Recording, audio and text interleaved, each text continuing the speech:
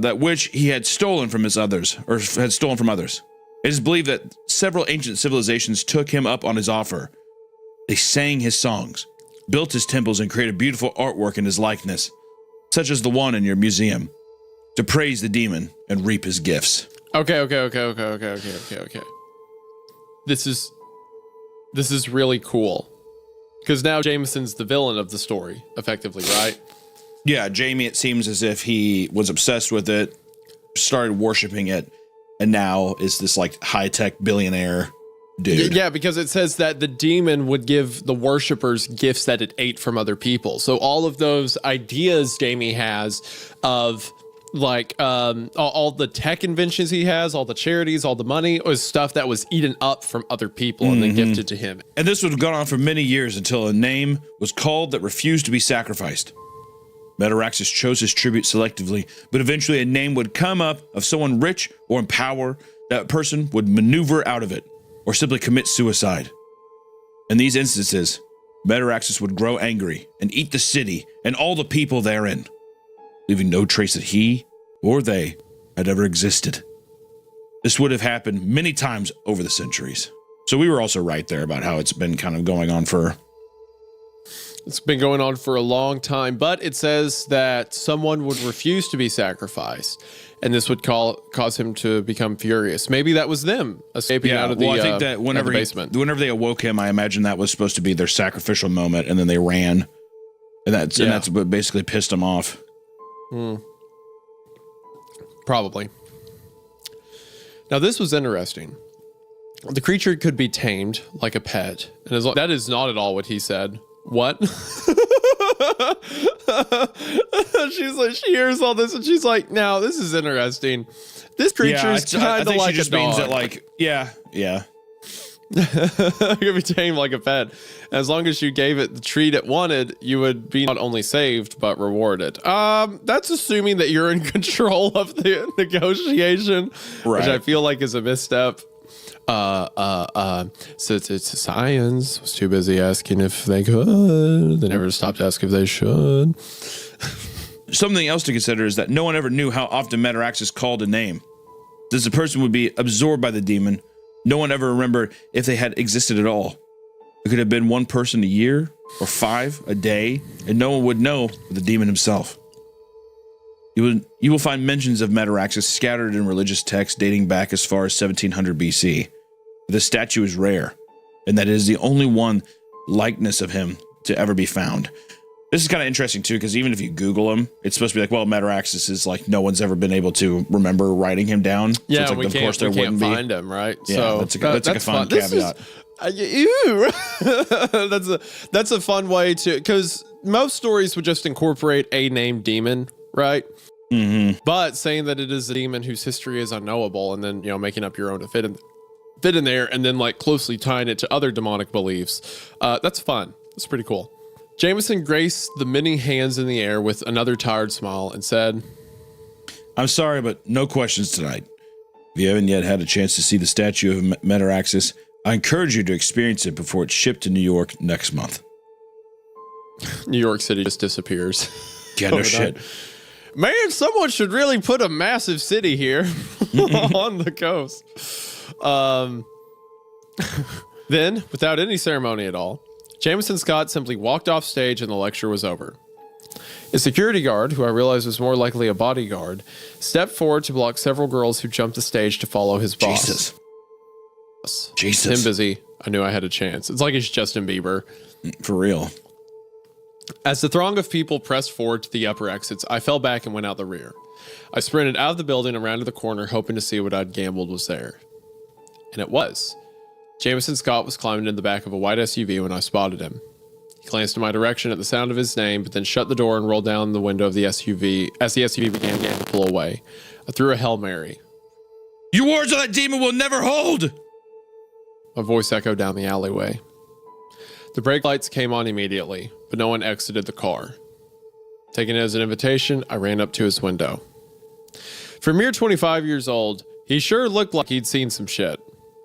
His lined, pale, yet attractive face no longer carried a tired look, but a surprised one.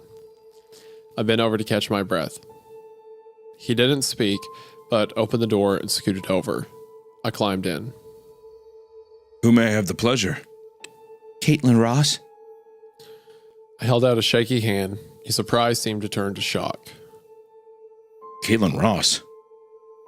He said slowly, with a strange inflection of reverence. Yes? I'm Caitlin Ross. In your words, they're bullshit. He didn't even bother to ask how I'd known, which in turn bothered me. He simply tapped the seat in front of him and his driver let go of the brake. Those wards have held for 6 years, Miss Ross. I assure you, they'll hold. You have no idea what you're dealing with here. Oh, I assure you I do. There was a hard yet sad edge to his voice that suggested personal tragedy. I wondered if I misjudged him after all. Oh my gosh. Dear fucking God, Caitlin, put the fucking pieces together. Figure Goddamn. it out. Good Lord. Here we go. Here's the 50 shades. My apartments are only a block away. Perhaps we should speak more in my study. This isn't a conversation for anyone to overhear. He's gonna she's gonna be tied up and flipped upside down. Maybe some bondage and ass play while we're at it. Maybe. Do you know what these are? These are anal beads. I want you to count how many exit me as we have this conversation.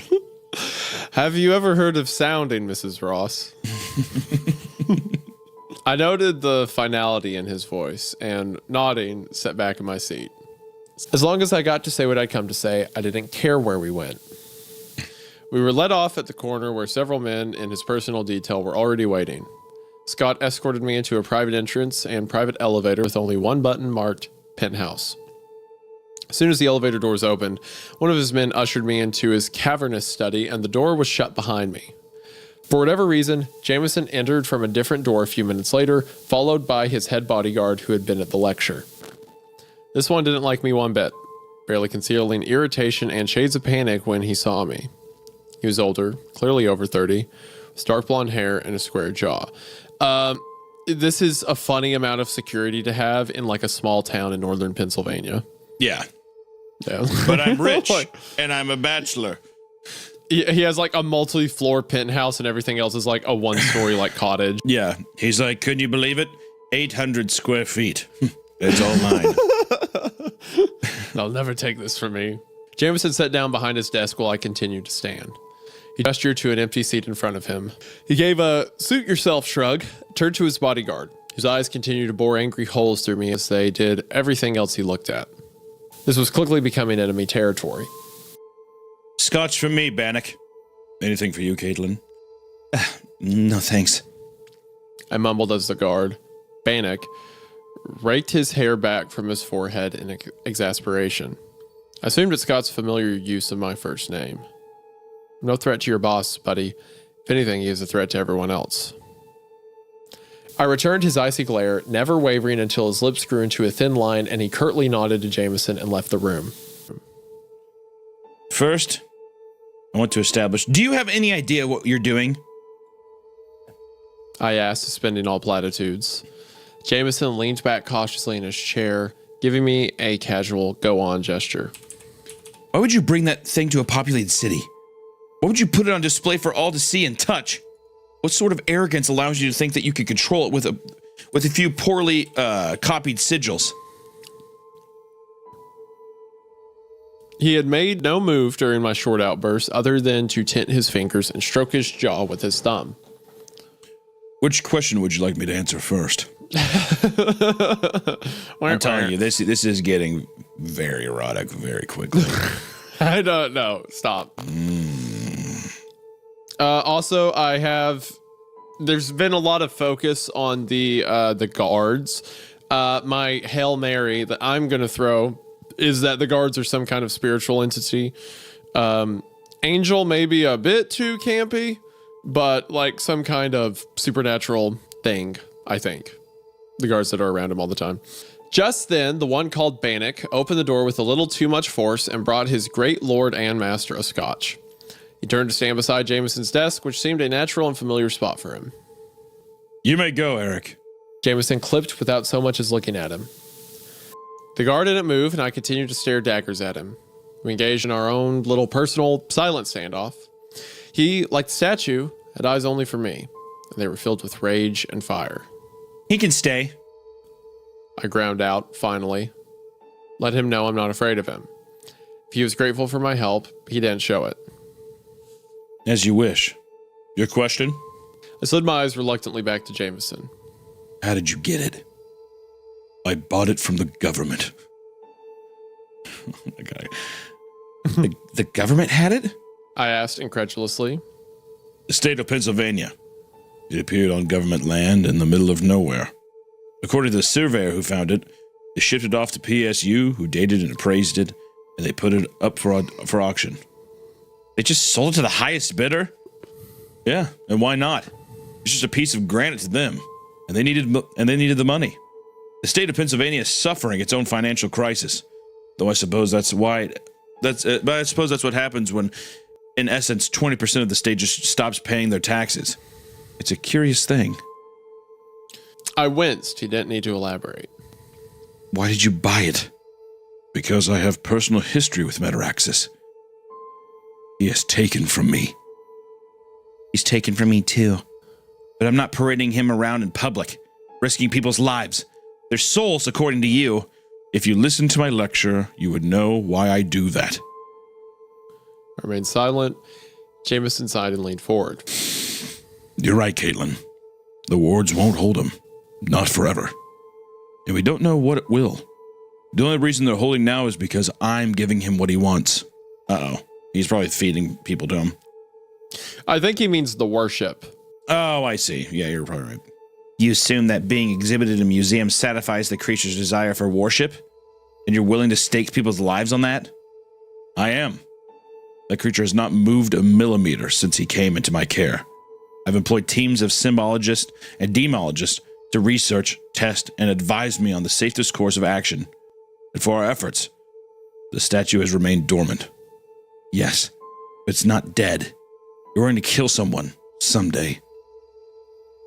Jameson sprung up from his desk and was in front of me before I even had a chance to take a step. His bodyguard took an almost involuntary step toward him, but it was too late. Jameson was only inches from me and much more intimidating at eye level. Panic seemed uneasy and ready to pounce if I tried anything. What would you have me do, Caitlin? Would you like me to take custody of it? What would you do with it? Tell me, and I'll consider it. Destroy it! He gave a sad, desperate bark of laughter. Don't you think I've tried that? Don't you think the first thing I did when I acquired it was try to kill it? I tried to incinerate it! Hit it with a wrecking ball! I even ran it over with a tank! It wouldn't be destroyed by any tools of man. And believe me, Caitlin, I paid dearly for my attempts. Almost everything I love is gone! Did I put it back where it came from?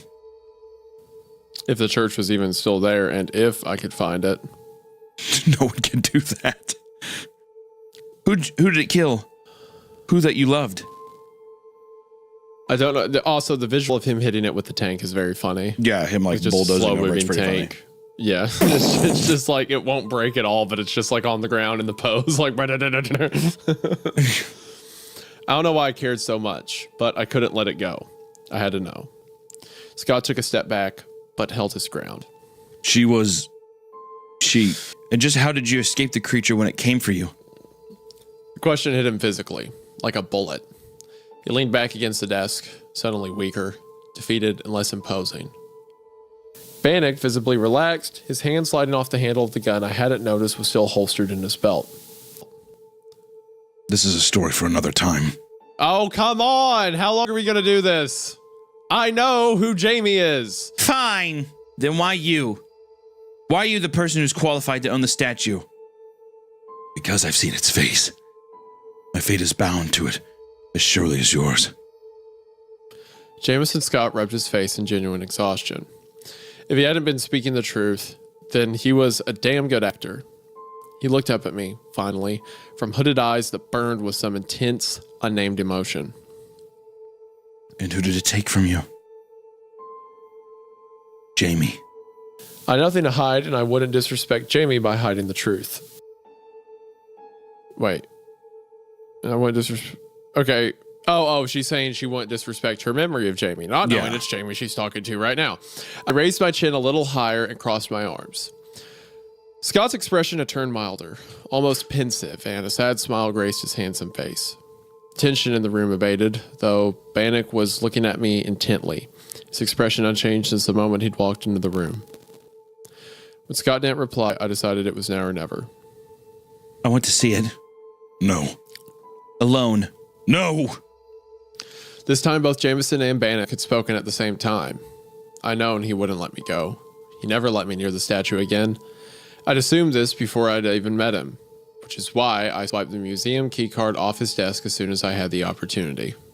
Why not? Because he knows you. And you know he could break the wards if he wanted to. No. He could never get past the wards. They're perfectly drawn and blessed as they should be. But I won't risk your life. Jameson Scott suddenly seemed battle-weary, so much older than his 25 years. Don't even try it, Caitlin. He will take you if you do. The only one who will ever remember you is me. His plea was multi-layered, intricately woven with threads of both deceit and familiarity.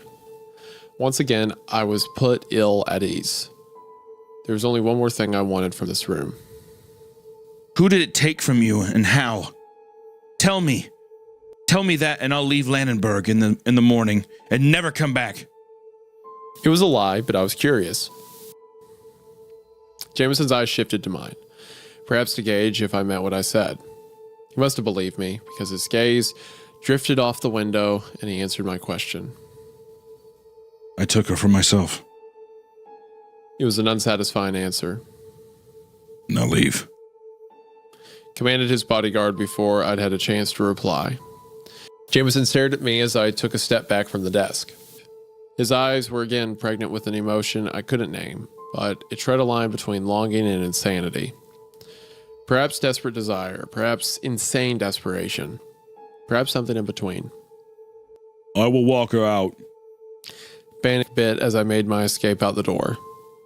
God, anyone but him. No, I need you here. Andrews will see her out.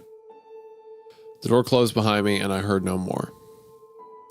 Andrews turned out to be an older man with a bald head and a white beard. He met me at the elevator and escorted me all the way to the ground floor, saying little. Do you need a ride somewhere? He asked as we stepped out into the street. No, I can walk. He said no more, just turned around and let the private door shut behind him. Nice of him to ask, at least.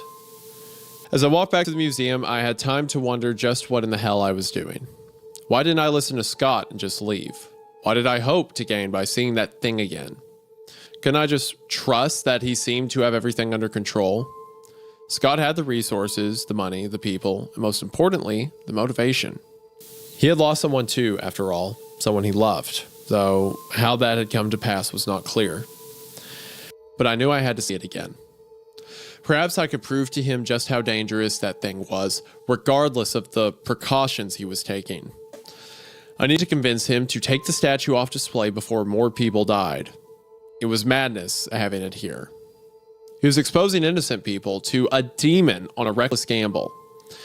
If I could make the statue move just an inch or two, maybe even a turn of its head, it would be on the museum security tapes and I could prove that this thing wasn't truly dormant. I read him as a pragmatic, reasonable man. He would remove the exhibit at once. I trusted that much, didn't I? She is insanely stupid. Yeah. This is the most reckless thing I think I've ever heard. They're both being reckless and selfish, but it's coming to an extent that our protagonist here, Caitlin, it's becoming infuriating. My theory is too that the thing Jamie said where he's like, I pushed her or I lost her myself, whatever. I feel like something bad happens if Jamie recognizes Caitlin or like recognizes someone from that time period. I think Jamie knows who she is and he's trying to keep her safe. Something going on with Baddock too, where maybe he doesn't want to reveal that in front of him as well. Like he doesn't want him to be alone with Caitlin either. So I don't know. Once again, I pulled up Jameson Scott's Wikipedia page. All I knew was that he was a pioneer in the tech industry, rich as a Rothschild, and interested in 14th century Judeo-Christian artifacts. It didn't fit. It just didn't. unless Jameson Scott was telling the truth. But even if he was being honest about his past, Scott was still lying to me about something. Like everything else in the last week, I'd have to trust my gut. I arrived at the museum and walked around the giant building looking for the gift shop. At the moment, I knew two things. The statue's room was next to the gift shop, and museums usually had nighttime security. I slid Jameson's card through the reader next to the door, and a light flashed green while the door emitted a soft click. I pushed it open and peered into the empty gift shop. Dim overhead lights gave the room an eerie and foreboding glow. The room reminded me of another room from over 10 years ago. A nave, darkened by dirty windows and a muted, setting sun. I was younger then, more innocent, and I'd had Jamie then. But I wouldn't give to have him with me now. What would he say? Perhaps that he was a 25-year-old billionaire who I could act. Would he trust Scott? Would he attempt to stir the creature for the greater good? Or would he say I was stupid for risking my life? Jameson was convinced the wards would hold. Would Jamie have been too? Whatever happened, I hope I didn't fail him. That is the end of the return to Deepwood here. I just kind of want to hop right into the death of the Deepwood to kind of see what's going on. I am livid that she doesn't understand, like has not pieced that together. Granted, she does have the ability. She has for years now. You could argue, over a decade, she has told herself the story that Jamie's just gone, that he disappeared, that he's dead, essentially, So she has been living with that forever. So she probably hasn't even thought about him actually still being alive. But it does seem kind of naive to have somebody have another experience with that. I don't know. She is being incredibly naive. Yeah. Because someone else has experience with it. They have for 6 years kept it from killing anyone. Yeah. We are on to part 3, Death of Deepwood, Pennsylvania. I padded quietly through the dimly lit gift shop, pulling the straps of my backpack tighter over my shoulder like a security blanket. When I reached the opposite door, I leaned my head against it and tried to calm my rapidly beating heart. Taking several deep breaths, I slid Scott's keycard through the blinking card reader and was rewarded with a green flash and another soft click. The creature was right where I'd left it. As still as the statue, it was pretending to be. I took my time wandering around the room, my eyes never leaving Jameson Scott's surprised exhibit. If the demon was as satisfied and successfully warded as Scott bragged it was, then the creature either wouldn't notice or wouldn't care about my presence. I'm starting to hope he was right. Yeah, but he also said it remembers you and can get up whenever it wants. Whatever, okay. I approached it slowly and unbuckled the velvet rope with a shaky hand. I was so close to it now that all I could see when I looked up was the underside of its gigantic head. I suddenly wondered if years of schooling would help me read the words inscribed on the statue's stone platform. I bent down and started to pull up the velvet covering when I heard a quiet scrape above me, like stone on stone. Ugh. Oh, God. It was a sound I'd heard before in the soundtrack of my nightmares. Though I'd been right all along. The statue wasn't dormant. It was a hollow victory. I dropped the velvet and backed away from the statue, trying to determine what had moved. Nothing had changed to my naked eye, but I know what I heard. Bumping against the back wall, I decided to play a wild card. I needed it to move perceptibly if I wanted proof that the thing was still dangerous. I turned away from the demon and faced the wall, using an arm to brace myself. I couldn't believe I was doing this. I pushed my chips all in. Do you really think I'm scared of you? After all these years? I asked quietly, my voice echoing around me like a gunshot. You're just a piece of rock now. Harmless to me. I felt my breath and waited. Nothing. Feeling both disappointed and relieved, I sighed and turned around, dropping the keycard as well as my jaw. Though it hadn't made a sound, the statue was now not only facing me, but leaning out as far off its stone platform as it could. Its mouth was opened and almost imperceptibly growing wider by the second. That's awesome. That's you sick. Can't leave your platform. I would tempt him. I breathed as much to myself as the creature. My whole body was shaking and I was quietly backing up, slowly to the door. I got what I'd come for. Now it was time to leave. It happened in the breath of a second. There was a sudden crack as the demon's tail whipped through the air behind it from one side to the other, as though it were not made of stone but of flesh and blood. The glass encasing it on either side shattered. The makeshift wall behind split in two, and the velvet ropes came crashing down. One of the poles sent a sigil flying across the room. I screamed like I never screamed before as the creature's neck seemed to stretch across the room toward me, one of its wards no longer effective. I turned my back on it and ran for the door, realizing too late that the key card now lay under a heap of rubble. I hate her. This was insane. This was a horrible. She went to a demon and was like, I'm going to mock you so that you move a little bit, but not a lot. Fuck you. I bet you have a tiny dick. Yeah, like what? Yeah, this is ridiculous. I turned my back on it and ran for the door, realizing too late that the key card now lay under a heap of rubble. I reached the double doors and tried to jerk them open, hoping they weren't locked from the other side. They were. The creature was once again still as stone, everything but its eyes, which followed my every move hungrily. I beat on the door, yelling for security and wondering if I was doomed and which thought would be my last. In my hysterical panic, I suddenly remembered how I'd escaped this fate 13 years before. I stumbled back from the doors as much as I dared and ran at them shoulder first. So the demon also here probably remembers her as the person that was supposed to be sacrificed but didn't, but ran away and got away. Yeah, remember what it said? Pissed. It's like it wants you, like it picks a target, basically. Yeah, so that was the target before. He's probably definitely remembers her. Yeah. They moved, creaked even, but ultimately laughed at my efforts. These were no rotten, decaying church doors. Crazed with fear, I backed up to try again, and this time, just as my shoulder reached the door, it opened from the other side, and I went spilling over on top of something hard or someone. He rolled over, and I passively registered that I'd landed on an enraged Bannock. He was standing and pulling me up by the strap of my backpack before the door had even closed behind us. Bannock struggled to say something, trying several times, but was too angry for words. I didn't care. I threw my arms around him, just happy to be on the other side of the door. He didn't hug me back, just froze stiff and waited for me to get off of him. When I finally pulled back, I pulled my hood down and looked him full in the face. Did you see what it did? I asked, pushing hair back from my face. That thing is not dormant at all. Tell your boss that. And that it needs to be moved tonight, if possible. I hate her. She has no business to say any of this. Unfathomable. This is such a deeply stupid person. In lieu of a response, Bannock grabbed my arm and headed toward the lobby. Since it was away from the exhibit room, I didn't care. He could take me to jail if he wanted, as long as Jameson Scott heard what happened here. I made my point to him and lived to tell the tale. Or had I? I suddenly wondered.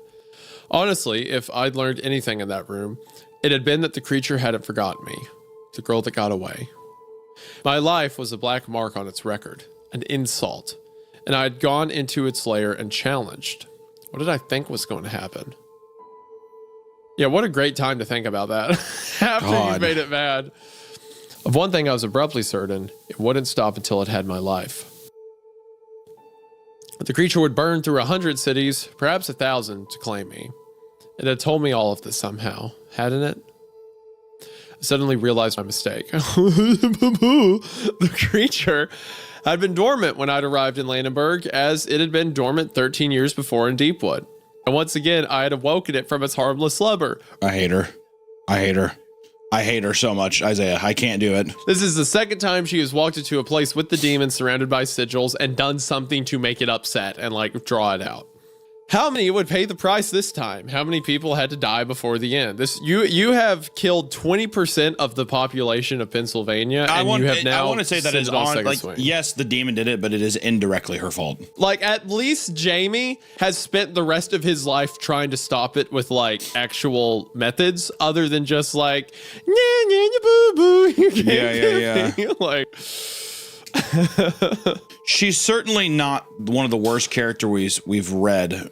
Or she's definitely not the worst character we've read, but she is getting up there to me of like, you're just having someone just be like, well, should I press this button that, sets off a nuclear bomb? Well, I don't know. Seems like it's gonna go off eventually, so I might as well do it myself, right? Finally understanding the true cost of my arrogance, I let out a muffled cry and faltered, wondering with revulsion if perhaps I should just go back and face my fate. Yes, you should. Sacrifice yourself to the great demon. Redeem yourself. Wait. I coughed, trying to apply the guard's fingers from my arm. Bannock suddenly spun me around and pinned me against a wall, his arms braced on either side of my head. My eyes snapped up at him in shock, and I recoiled from what I saw there. What the fuck are you doing here? I was just... Why'd you come back, Katie? After all these fucking years? Well, I was wrong. My objection died in my throat, but couldn't be. It wasn't possible, and yet, somehow it was. My legs gave out under me, but Jamie caught me on the way down. Yep. Okay. All right, well, you know what? Me and you, we were a little bit off. A little bit. I mean, he was there. We were just a little bit off. He was older than he should have been and stronger than I ever thought the skinny kid from Middlesbrough could be. But his eyes hadn't changed, and it was Jamie all the same. Even his expressions were familiar to me, I realized. What I first thought was seething anger was actually just barely controlled fear. Had the creature killed me, after all? Was I swirling in the dark abyss with Jamie and all the others who had been taken? Jamie? My voice broke over his name. Christ, Katie. You need to leave now and never come back. Hell, leave the country if you can. He'll never stop looking for you now. I couldn't register what he was saying. Who wouldn't? Leave what country? Jamie, how was Jamie here? He kept me pinned there, his hold rigid, his eyes desperate and a little bit pissed off. Jamie, how'd I know you'd come here? When has the word no ever kept you from something you wanted? No, I mean, how? Whoa, hold on, whoa. Hold on, what is that? Oh, I'm sorry. We'll take her from here, Bannock. A voice behind him interrupted me.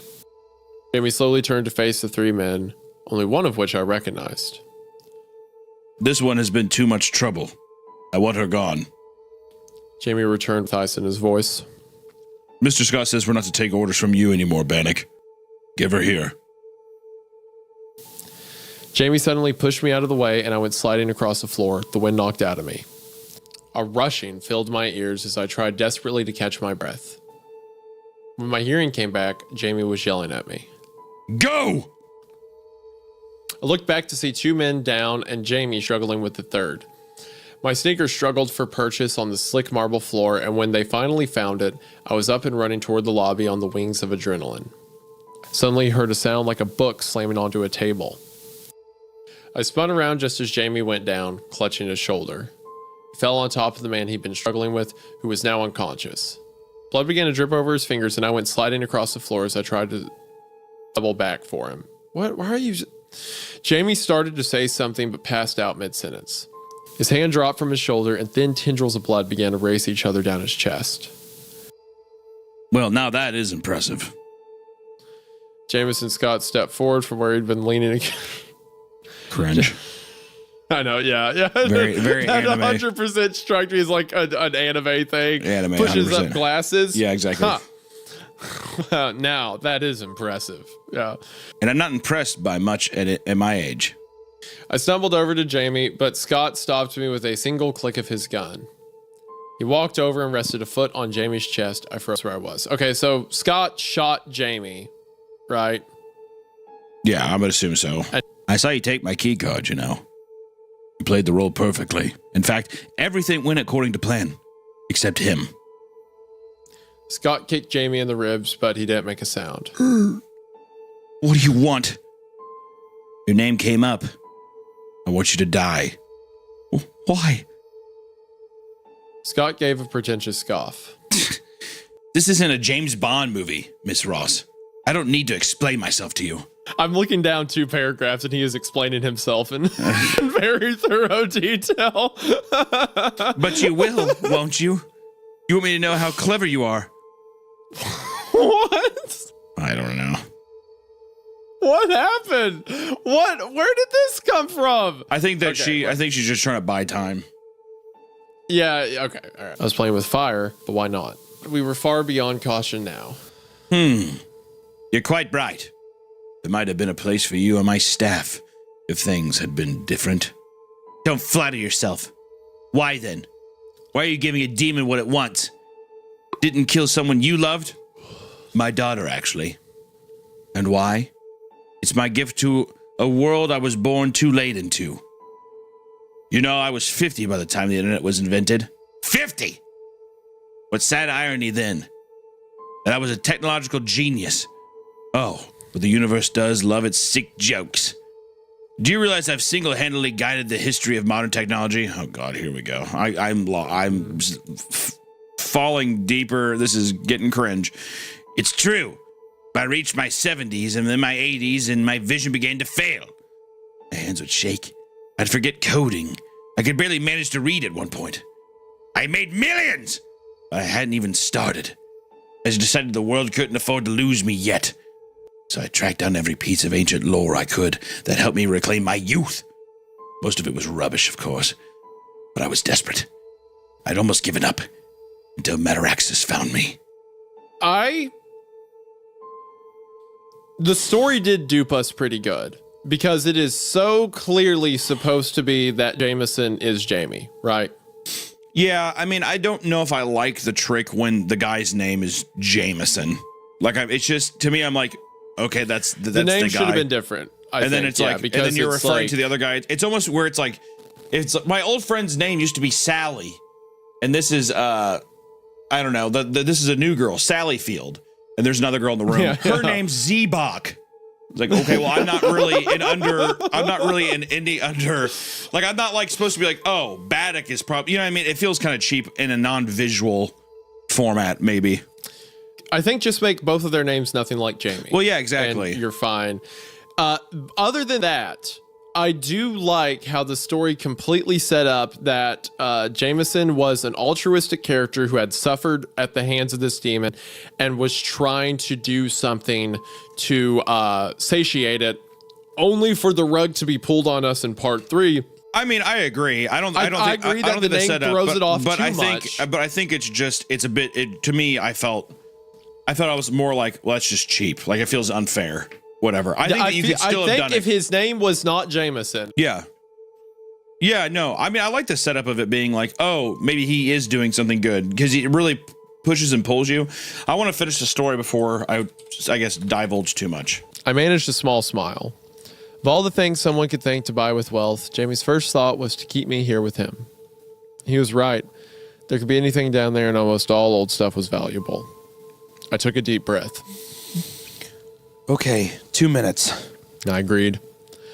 As we leaned over the trapdoor and peered down, the first thing we noticed was an intense heat emanating upwards from the hole. The second was a strangely out-of-place spiral staircase leading into the depths below. Jamie rolled the flashlight over to me with his foot, and I picked it up as he pulled his lighter out of his pocket. Ladies first. He smirked at me. I stared at him, slack-jawed. No way. You found this door. You go first. Between the black staircase and the heat, I feel like we're descending directly into hell, and I'm not going first. Crossed my arms and glared at him to reinforce my point. Jamie simply shrugged and stepped onto the staircase. The only real place I have to suspend my disbelief with this story is that 2 12-year-olds would keep going, right? Yeah. Like, I get all the way to breaking into the church. Like, I probably would have done something like that if I was with a friend when I was, especially if it was to impress a girl. I would do some really dumb stuff. But I feel like the trap door is like, no.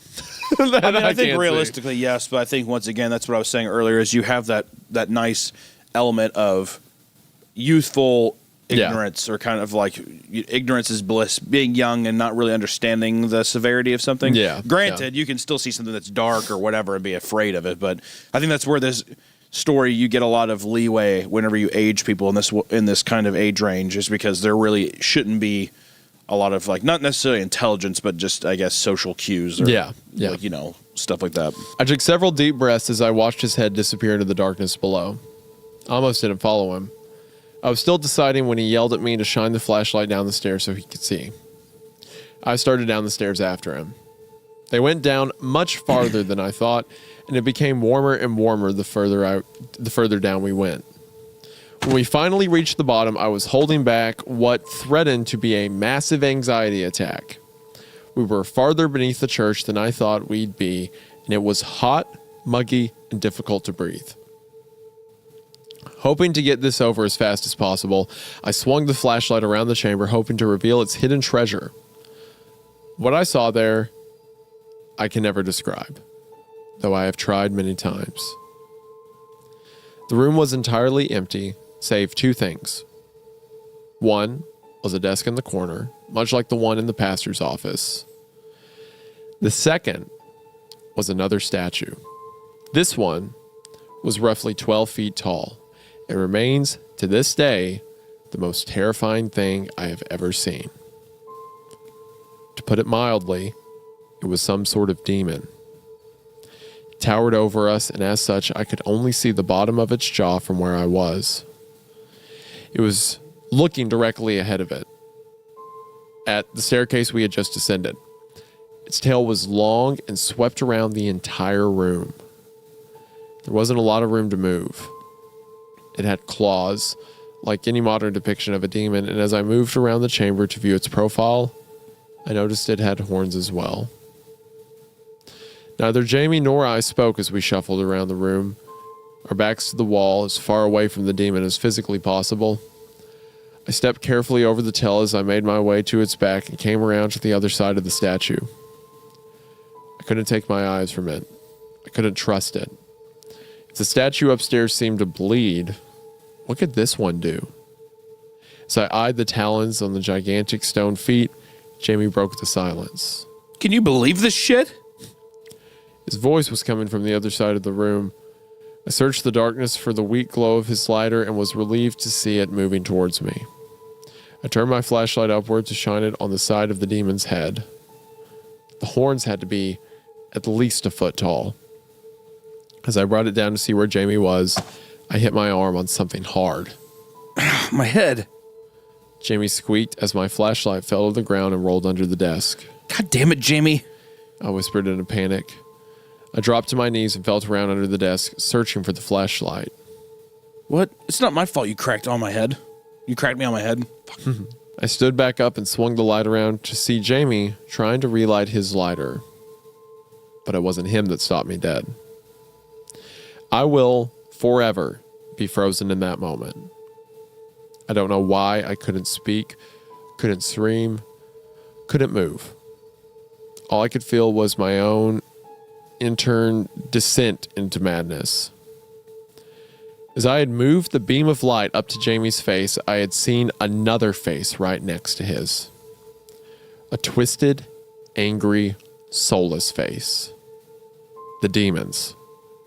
The statue had bent down and turned to the side, its head mere inches from Jamie's, and it was staring at me. I cannot describe its face, and I am not sure my mind will ever let me remember it in detail. It shook me to my core in a literal sense. My body was having a dark, violent, visceral reaction to this impossibility. Jamie finally noticed the flashlight shaking in my hand and turned to see what I was looking at. It wasn't until he started screaming that I was shaken from my paralysis. I dropped the flashlight, Jamie dropped everything else, and we ran. Do you think it's just a stone, still a stone statue, or do you think it has like fleshy kind of? So in my head, this is kind of like you remember The Exorcist, the Pazuzu statue? Mm-hmm. Kind of like that, where it's like this weird combination of like demonic imagery, animal imagery, human imagery, like kind of like the biblically accurate demon, right? It has these massive, like the horns are a foot tall, right? And I don't imagine that it's detailed. I think it's still the statue, but I think it's much more animated now. Like maybe the expression on it has changed or something like that. Yeah. Even the idea of it like twisting and it's like in a completely new position. Yeah, like it can crazy. bend and stuff like that. Also, is the room, did they say, is it just like a dirt floor room? Like it's just underground? Or is there actual flooring? I'm like perceiving it in different ways. Kind of think of it as a cave almost. That's what in my head, yeah. It's creepier to me of going down dirt floor like no actual structural shit. In There's, like, a my head, desk in it's the like corner. a cavern down there. Yeah, and there's a desk in there. Also, the whole thing making it seem hotter seems like she's like almost crawling into the depths of It's hell. like a bit. you're getting closer to hell down there. Also, it's subtle, but I really like the mention of the desk was much the same to the one in the pastor's office. It's a reflection. It's a reflection, but it also implies, especially because the passageway to this was at the altar of a church, that whoever the pastor was that was leading that church Yeah, up was actually worshiping whatever this demon was down there, right? Yeah. And the difference between the Jesus and the demon and stuff, and perhaps whatever happened in this town was a part of that doing. Kind of reminds me of Borderlands. Bit. Yes, yeah, it's a lot like Borderlands. Yeah. Like there's this entity beneath that is dictating what they do above, and it's so much world building, like the imagination in your head established with the sentence of there was a desk in the room similar to the pastor's. Boom, like that ties everything together. You can do so much with just a sentence or two. Yeah, fires your fucking neurons for sure. Yeah, yeah. I love it. Like so far, Rebecca, like 2 for 2. Just like, Yeah, swinging I'm for the curious to see fences. where it goes. Because also, mind you, earlier she did say this is the last time she saw him, or last time that She hugged him. Yeah, hugged him.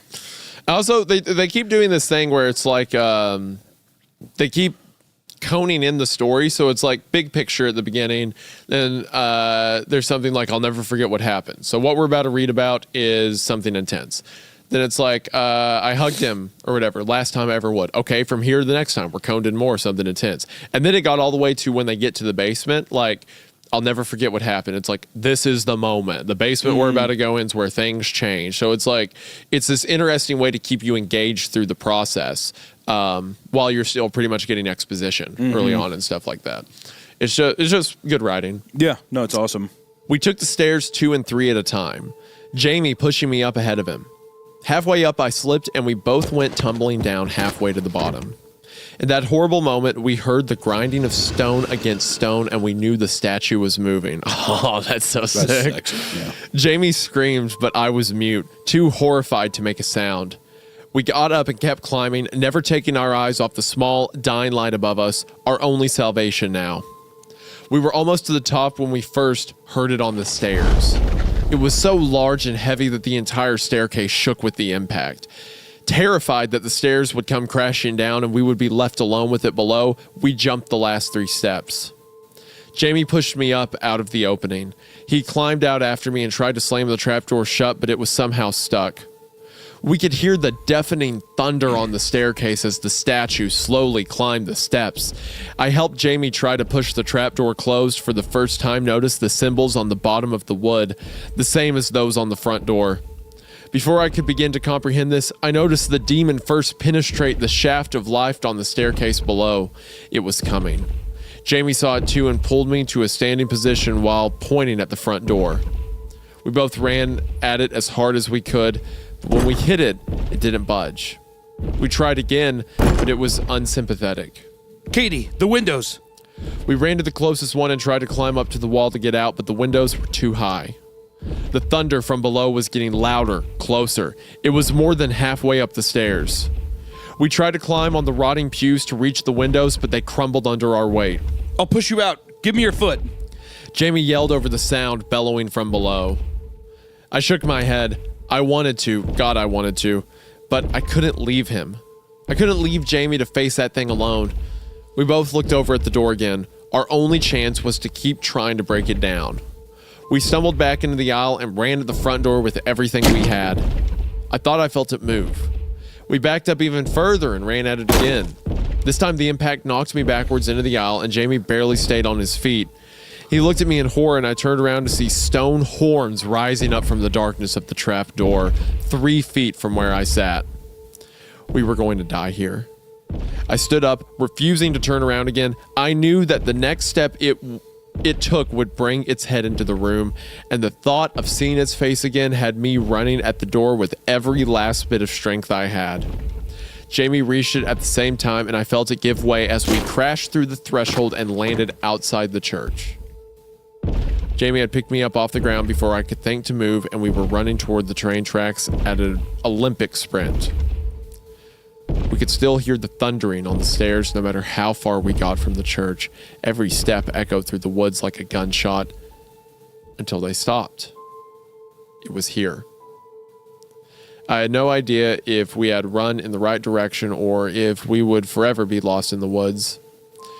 It was now dark outside and the temperature was dropping fast. I was beginning to panic that we would never find the train tracks when I noticed Jamie wasn't next to me anymore. I turned around in panic to find him sprawled on the ground a few yards behind me. He had tripped over one of the rails. He was up and running down the tracks before I could even ask if he was okay. We ran until we couldn't anymore. Our running eventually slowed to a jog and the jog to a walk. We hadn't spoken, neither of us had any idea what to say, and it wasn't until we both gotten our breath back that one of us finally broke the silence. How long have we been on the tracks? Jamie's voice had an edge of barely suppressed fear. I looked at his wrist and noticed his watch missing. It didn't take us this long to get to find that place. Or did it? Do you think maybe we went the wrong way? Jamie asked hesitantly. I couldn't afford to think like that. If we had somehow gotten turned around and ran the wrong way down the train tracks, then we were deeper into the woods than ever. No, we went the right way. I said to convince myself. That thing, I thought it was a statue. But maybe it was some crazy undiscovered giant reptile that was like hibernating and we woke it up. So we were going to delude ourselves into thinking that there was a scientific explanation for this. I understood why, but I just couldn't accept it. Yeah. Did you see the weird writing on the front door? It was on the trapdoor too. Do you think it was keeping it down there? Because, Jamie, all those doors are open now.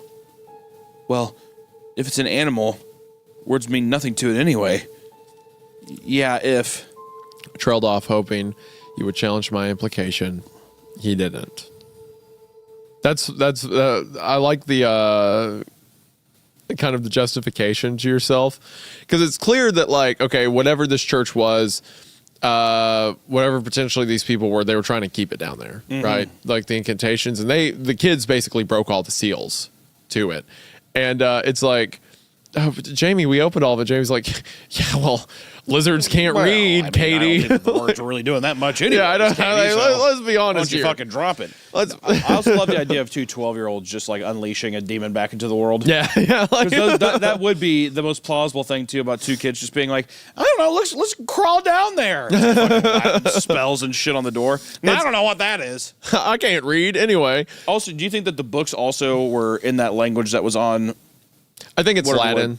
You think it's Latin? I think it's certainly Latin. Probably yeah. some books Yeah. of spells or some shit. Yeah. I don't know. You know. I also think that it now makes sense. See, this is what I mean by like good world building. It now makes sense why all the adults in town didn't want to talk about it. What about the Lost Town? Lost Town, whatever, you know, because I'd imagine there were some survivors, at least a couple of this whole experience, right? And the town is lost because something is stuck down there. What was the town called again? Do you remember? Deep Woods. No. The town that she moved to. Did she say? I thought that they did at the beginning. It was something similar to Deep Woods, I thought. I just didn't know if it's going to be, this is a new sect of the town that was who was known as Deep Woods before. Hold on, stand by. I'll get down to this really quick. New work, store in Pennsylvania. Store decided to take me with him. Suburbs. Our neighbor was new. Lonewood. Lonewood's the name of the town. So you're That's probably why I was right. like, it seems too similar to have it just be, you know. I bet you're right. At the I hope there's some more flirting you scenes. keep throwing. Oh, do you between the 12-year-olds? I don't know. So, are you still going to stay in town? It's like, no, there's a fucking demon flying around. Well. Oh well. Okay, I guess. All right. We made a camp at a dry section of the Indian Creek after having hiked a decent amount. Ian was confident that we would make it back on Sunday and that the next few days were going to be less intensive. We ate some food and stowed the rest in a bear bag, a ways away from the camp. We were passing a bottle of whiskey around in front of a campfire we had built when the conversation shifted to the most awkward moments everyone had experienced. My brother disguised the icebreaker as a conversation starter. Ian retold his story about the first time he met Jessica at a club where he was way too drunk for his own good and ended up puking into her purse. Jessica bristled at the old memory and jokingly called Ian an asshole for that. Each person shared their stories about a bumbling first kiss where their braces got hooked together, locking themselves out of their dorm rooms in their underwear, their cringe-inducing high school edgelord personality, caring for a drunken acquaintance who puked into their favorite bag. Then the bottle came to me and it was my turn to tell them a story. I instantly knew what my most embarrassing story was the moment we started the conversation. I didn't tell them about the door, though. Instead, I made up a story ripping my pants in front of a group of people during a work interview that I had probably ripped straight from a 90s sitcom. They laughed with me and I felt like a piece of shit. They had bothered to reveal their most embarrassing moments and were commiserating it in their shared experience, and here I was too afraid to tell them the truth, to tell them about the door. The conversation continued for a bit afterwards as we killed the bottle. When it was dead, we all went to bed, still pretty drunk, after dousing the campfire. I woke up in the middle of the night, desperately needing to use the bathroom. Still a bit fuzzy from the bullet whiskey, I tromped out into the woods to do my business. It wasn't until I was almost done that Nadia's voice cut through the blackness. She asked me if I had a lighter. Since I hadn't heard her approach, the sound of her voice made me jump. It would have scared the piss out of me had I not just gone to the bathroom. I mumbled something about having a lighter back around the camp. She told me that she had dropped hers and asked me to help her look for it. But I was too out of it to be any good to anyone, so I told her that we'd look for it later. I vaguely remember her mumbling a protest as I stumbled back to my sleeping roll. It wasn't until I woke up the next morning that I realized how stupid I'd been. Apparently, they had heard yowling in the surrounding woods all last night. They thought that the second could have possibly belonged to the Mexican gray wolf, but no one was sure. Ian knew that they inhabited the area but were very uncommon. I paled at the thought of being mauled by a wolf while out peeing in the middle of the woods. I decided next time I would wake up Ian before going out into the woods to answer the call of nature. Packed up a while later after a light breakfast and continued on our hike. The second day was a little better. The overbearing sun I suffered under previously was hidden behind heavy clouds. We crossed a number of rivers as we followed the 157 to 279 junction. We went along Little Bear Canyon as we headed towards the TJ Corral, which was towards the end of the hiking loop. As the path hadn't been cleared yet, we frequently had to dodge patches of poison ivy and stinging nettles that had grown emboldened by this season's flooding. I fared much better on this hike, and despite nursing a slight hangover, I felt like I was doing a much better job of getting around with my pack and clunky boots my brother had loaned me.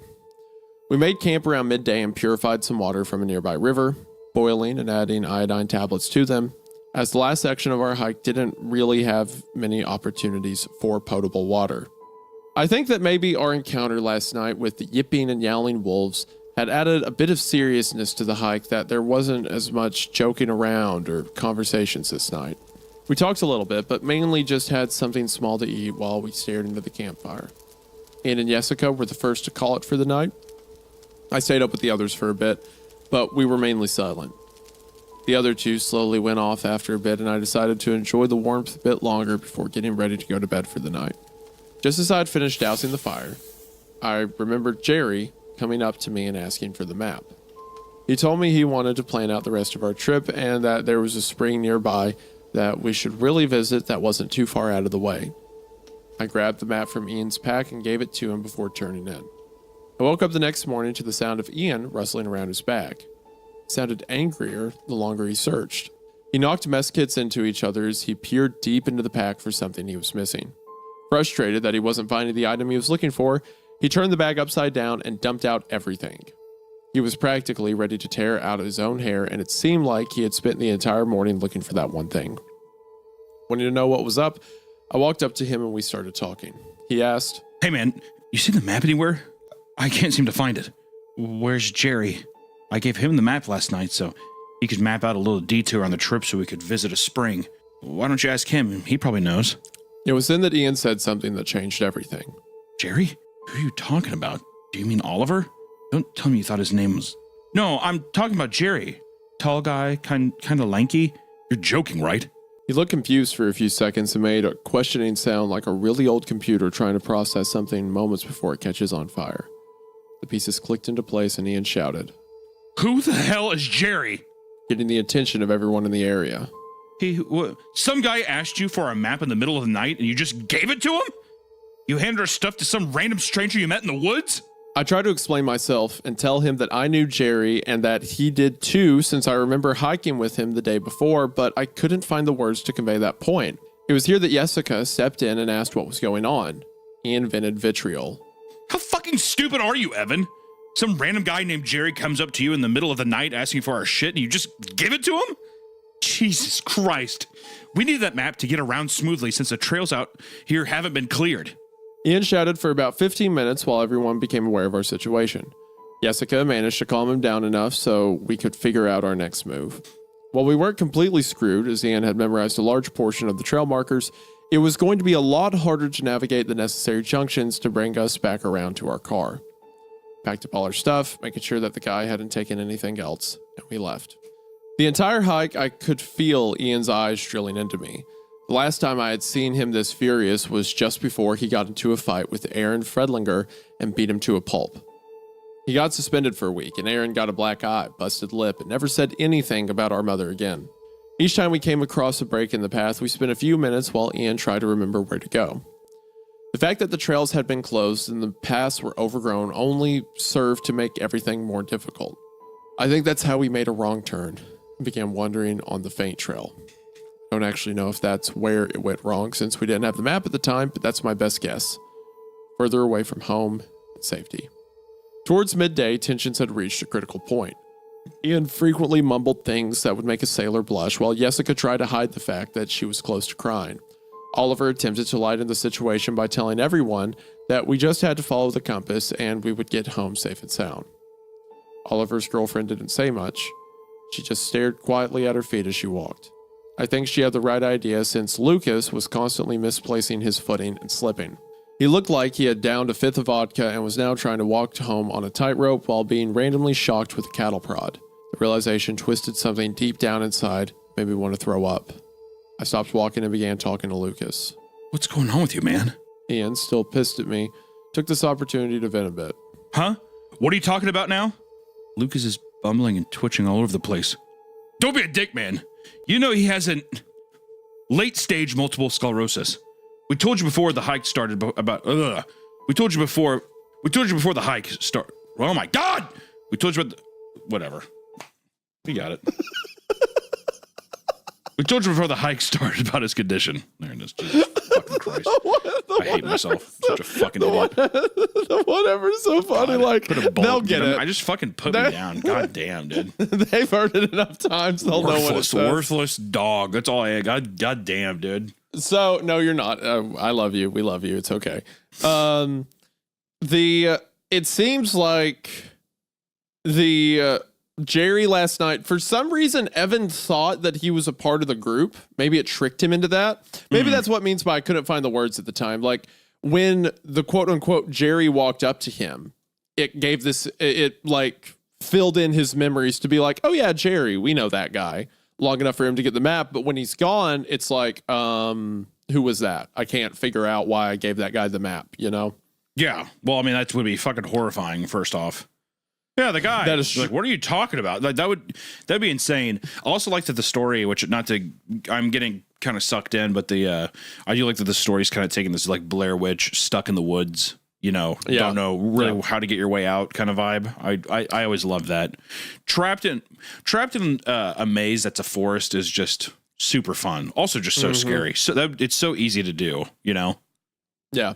This is also very Goatman. You know, kids in the woods, like some strange person. Like you know who that guy is, right? You recognize him, right? Well, I do like the difference, at least with Goatman. It's like it's kind of cabin in the woodsy, you know, like it kind of reminded me of like an Evil Dead kind of vibe of stuck in the woods, imposing force, trying to break its way in.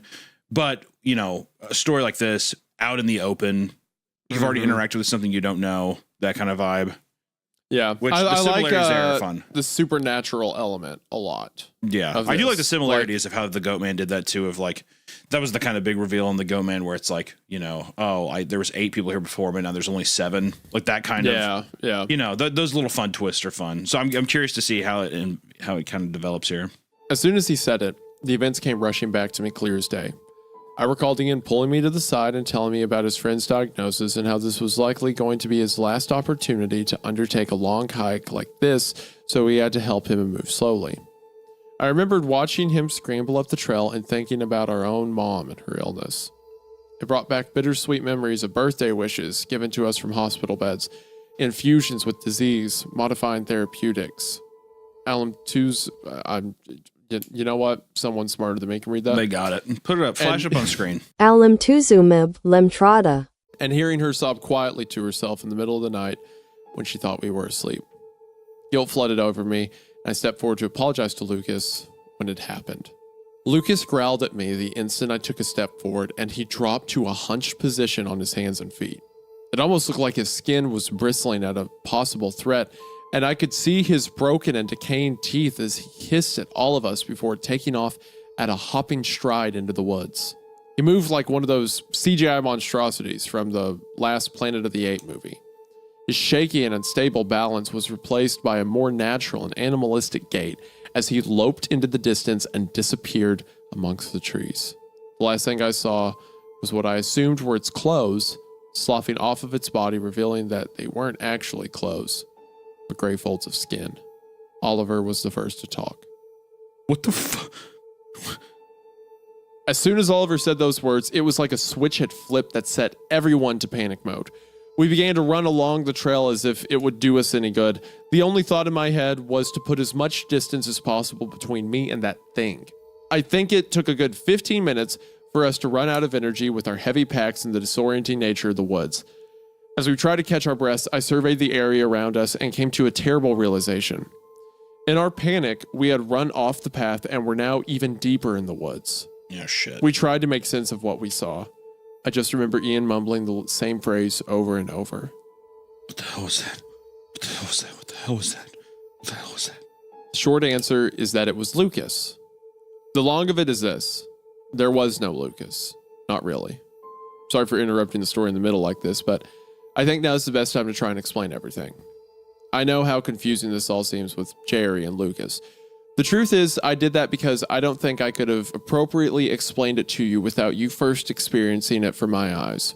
I don't know what to call those things, but they do something to your mind. They insinuate themselves into your memories.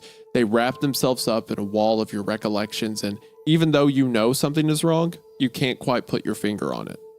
Your group of 4 friends could grow to 5 and you wouldn't be any the wiser. Part of you will stupidly admonish you for ever wondering how many there were. You look at it and you recognize the face. You remember events. You can recall getting drunk at a bar together.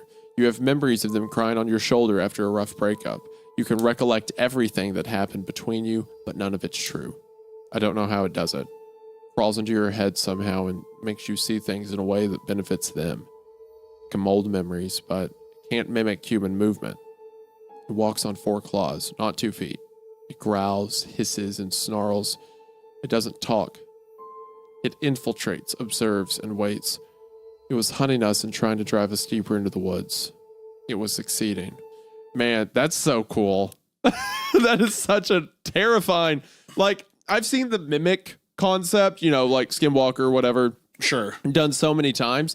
But the idea that it implants itself into your memories is horrifying. Yeah, it makes you think of the SCP, the Cousin Johnny one, where it's it makes you just think it's like he's a member of your family. But also, I like how it's doing something super weird, and it's like somehow putting itself into your memories to where it's like, you know, I told you this and that, you know, and it makes you think that you have seen him before. But I love also the animalistic nature of like driving you off and like kind of like making it easier to pick you off one by one by driving you into the woods. Like I just like that mix of like supernatural with like actual like predatory animal behavior is kind of sick. Mm-hmm. Yeah. No, that's awesome. I like in the beginning, it's like, oh, Jerry, we know Jerry. Here's the map, Jerry. And then now being like, like the person's been there walking all day and it's like, oh, you remember he had multiple sclerosis. This was his last hike, like all these fake memories, but it's like countered by him walking, like the way a dog, when it's up on 2 legs, tries to walk, where it's leaning side to side. It doesn't know what it's doing. That's such a freaky image. That's awesome. We never really reached much of a conclusion about what that thing was, but we did reach a consensus that we had to get out of here as soon as possible.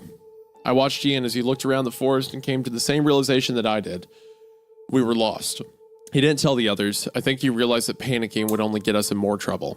Instead, he told us to follow him. With the shock of our encounter setting in, we could do nothing but follow his lead and hope it all worked out. As we walked, we could hear the sounds of distant animals yelling and calling out to each other. The terror of our situation deepened as the others whispered that those were the same noises they had heard the first night out in the woods. Whatever this thing was, it was following us and calling out to other things in the area. At the time, I couldn't stop thinking about one of them barreling out of the underbrush and sinking its black and rotting teeth into my neck before the rest of the group could react. I remember brushing the thought off and mentally reassuring myself that there were 6 of us here, and we had only actually encountered one of those creatures. If violence was needed, we outnumbered them. Wait, didn't he say there were 5? Yeah, he's the 5th wheel. Yeah.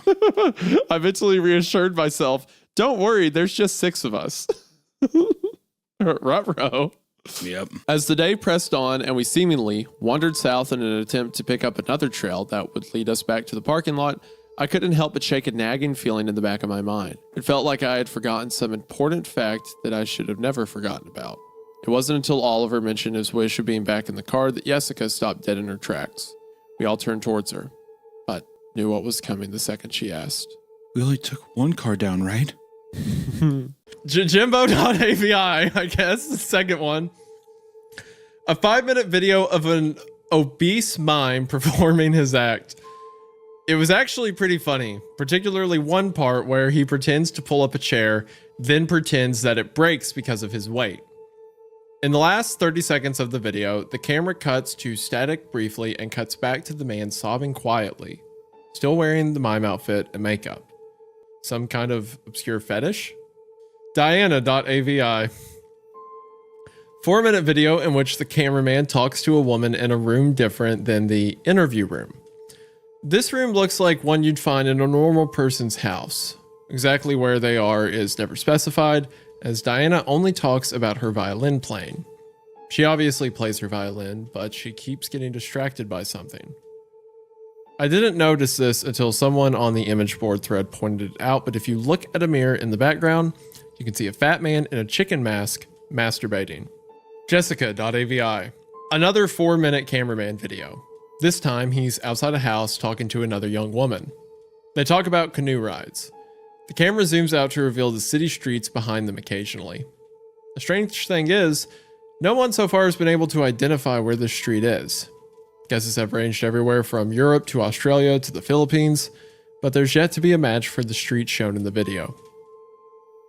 Tonguetied.avi. 10-minute video. The first 5 minutes consist of an elderly woman making out with a mannequin. The video cuts out like it did in Jimbo.avi halfway through, and the scene is now a group of mannequins huddled together in a circle around the camera. The lights have been dimmed, and the elderly woman is nowhere to be seen. From this point on, there is no sound. With stuff like this, you have to assume that people have recreated these, right? I mean, probably. That one actually kind of... mannequins are always kind of like a... I don't like them, you know? So creepy. So the idea of creepy. like, it just cuts to them around the camera, and that's it for 5 minutes. That's not fun. In complete silence, yeah. Kind of imagine like a... just like the gain of the camera mic just kind of playing, so it's just like weird little slight crackles and pops, almost like that's what that you can hear that's what I'm maybe thinking like about, the fluorescent lights buzzing or something. Yeah, exactly. It almost imitates these kind of like weird pickups and feedbacks. Almost read like little bits of fire, like fire crackling or something. It's very menacing. Yeah. Stumps.avi. 5-minute long video where a man with no legs is attempting to break dance on a DDR mat in what looks like... I'm sorry, Hunter, is something funny? Yeah. Is there something you want to bring up? Well, the structure of that, a 5-minute long video where a man with no legs is attempting to break dance. The phrase, the word attempting is pretty funny. Like they're literally, it's just the word putting attempting in there that makes it very funny and tragic. What's funny about a disability, Hunter? Yeah, nothing. Yeah, okay, nothing, that's sorry. In what looks like the kitchen from Peanut.avi, but much dirtier. There's a radio playing music unseen in the background, but it stops at the 4-minute mark when the man collapses on the mat in exhaustion. He breathes heavily and pleads with someone off screen to let him rest. This off-screen person becomes terrifyingly enraged and yells at him to keep dancing, which he does. You can hear this off-screen person begin to scream as the video ends abruptly. That became a lot less funny at the end of the... Yeah, you want to talk about how funny that was, Hunter? Talk about how funny that was. No. That's good. That one does kind of amp it up to me, because you imagine whoever's running this site has some sick game or like motive behind this, right? But to hear like that, to me, it's always scary when people or creatures or something like that exhibit rage, you know, because we're used to seeing like, you know, kind of like this dulcet, like, you know, watcher, wanderer, you know, character. Like we see a bunch of stuff about serial killers being these stoic figures that stalk people or whatever. But the idea of like something full of anger, you know, like it, I don't know, it always bothers me a bit. I mean, we've officially entered into snuff film territory, is what I think it is. Like, I mean, it's literal torture now. So yeah, well, wait for this you're not last wrong. one. I mean, Privacy.avi. The woman from Diana.avi is masturbating on a mat. Do we need to censor that word? Y'all know what I mean. On a mattress in the interview room, while the man from Stumps.avi walks around on his hands while wearing some kind of goblin mask. The door in this room was always closed in other videos, but now it's open. In this video, the only light is in the room and the hallway is dark. Near the end of the video, you can see an animal quickly run through the hallway. And finally, the last video we uncovered, which was useless.avi. In this 18-minute video, a blonde woman from one of the previous interview videos is tied down to a mattress in the interview room. She attempts to scream, but her mouth is taped over. After 7 minutes, a man in a black suit and mask opens the door, but he does not enter. He holds the door open for the animal that was running in the hall in the previous video. It's revealed to be an adult chimpanzee. Its hair shaved and its entire body painted red. It seemed to be starved and abused, with several wounds along its shoulders and back. When the chimp enters the room, the masked man closes the door behind it. The chimpanzee sniffs the air for a moment, may have been blind, and notices the woman tied to the mattress. It goes into a frenzy and begins to maul her. The assault goes on for a grueling 7 minutes until the woman finally dies. The chimp eats flesh from her corpse for 4 minutes as the video ends. The thread exploded with activity after this video was uncovered, and people discussed it long into the night. When I came back to the image board the next day, I found that the thread was deleted. I tried to start another one and they banned me. I tried emailing the guy who sent me the chain letter with the site's URL, sent him 5 messages, never got a response. I've tried to discuss this website on various places and I got banned frequently. The site itself was also deleted about 3 days after useless.avi was uncovered, likely because someone contacted the authorities about it. The only proof that normal corn from normalpeople.com ever existed was a few screen caps people took and videos from the site that people saved and uploaded on torrents. The most popular of which being useless.avi, which found its way onto a few gore sites. Wherever you upload them to, all of the videos from normal corn from normalpeople.com get deleted after a while. So, what do you think? man, that's the end. First off, is that at the end? So as far as I know, yes, that is the end of the story. As far as I know, there's no sequels or anything. I think it's especially 12 years ago. What an interesting. I mean, like there has to be no way that like 1999 isn't influenced by this kind of thing, or even that this story isn't influenced by the Poughkeepsie tapes in some kind of way. Is what I would say. Yeah, I mean they're very similar. Yeah. But also keep in mind, like 2012, snuff films and like the dark web, stuff like that was everywhere. Oh yeah. Like everyone talked about it. Everyone had a story about it. That was the thing to make horror stories around. The amount of times that my friends told me about videos they saw in like even just like in passing at school, like, hey, I just saw a video about this or X, Y, or Z, whatever. It was insane back in those times. Mm-hmm. So I think like I don't know. I mean, like, man. What a I really liked how they played with all the vignettes, and I liked how subtle and sweet it was. Like I really kind of like how short and sweet it was. Actually, that's one thing I feel like I'm liking a lot more about a lot of the early creepypastas is how short and just to the point. I know we've driven in this point many times. They just like dive straight into it. No into time it. To wait around. No time to slow. But because of that, it uses the archetype of an online forum in a very effective way, where it just feels like a post. You know what I mean?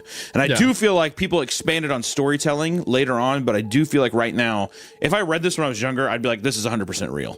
I think I read it, I don't know, it was maybe 13, 14. And I went into it, I think I listened to it actually through like one of the Creepypasta YouTube channels. So I went in under the assumption like this is fake. But I remember a bunch of people being like, is this real? You know, did this actually happen? I think I might have actually sent it to a friend and been like, dude, this actually happened, who like wasn't familiar with it. Or I used to do that a lot. Yeah. I used to send friends stuff and be like, this is real, knowing it was fake. But yeah, there's a bunch of people. Friends of mine say that as well. Yeah. Like, just like weird stuff like this happened. You know what I mean? Bro, this is so real. Also, I was the chimp actually. It happened. It's real. I was there. I was honestly really creeped out about a blind shaved chimpanzee that they've just painted red. Also, that's a terrifying image. It's a terrifying image just because, I mean, like, raw power, like, I mean, just like it's a rabid animal kind of thing, you know what I mean?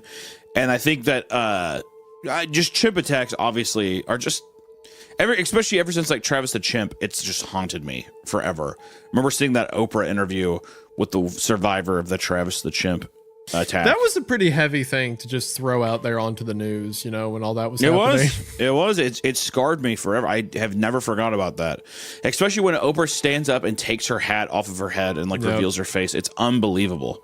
So, you know, and I know that like Jordan Peele included the chimp attack in Nope, and that was a big part of it as well. One thing I will say about the last video, I actually thought it was going to be a lot more graphic in that nature, and was surprised that it didn't go into that direction. But I think like even just ending the story on a chimp attack thing and just being like, now if you ever upload videos there, it's just, there's just so much mystique still. It's kind of like that idea that like the person is still out there doing stuff, but you can't, it's like when the killer gets away. You know what I mean? Yeah. It has that kind of vibe, except it's just like, oh, living on the, like existing in the vibe of just like the guy who was maintaining this website is still out there and you just have no idea is very haunting. It's like an unobtainable antagonist almost, right? Because like, how do you even start to try to find the person that did that, right? It's just kind of, there's some stories that are just kind of about the passing evil in the world, right? Like there goes a glimpse of what's happening behind the curtain, but it's intangible. You're never going to catch a ghost. They're very menacing. Next up, we have Been Drowned. Here we go.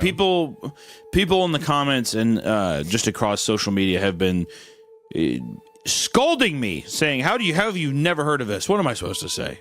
You know, I have never heard of it. I'm sorry. All right, I'm sorry. I've never heard of it.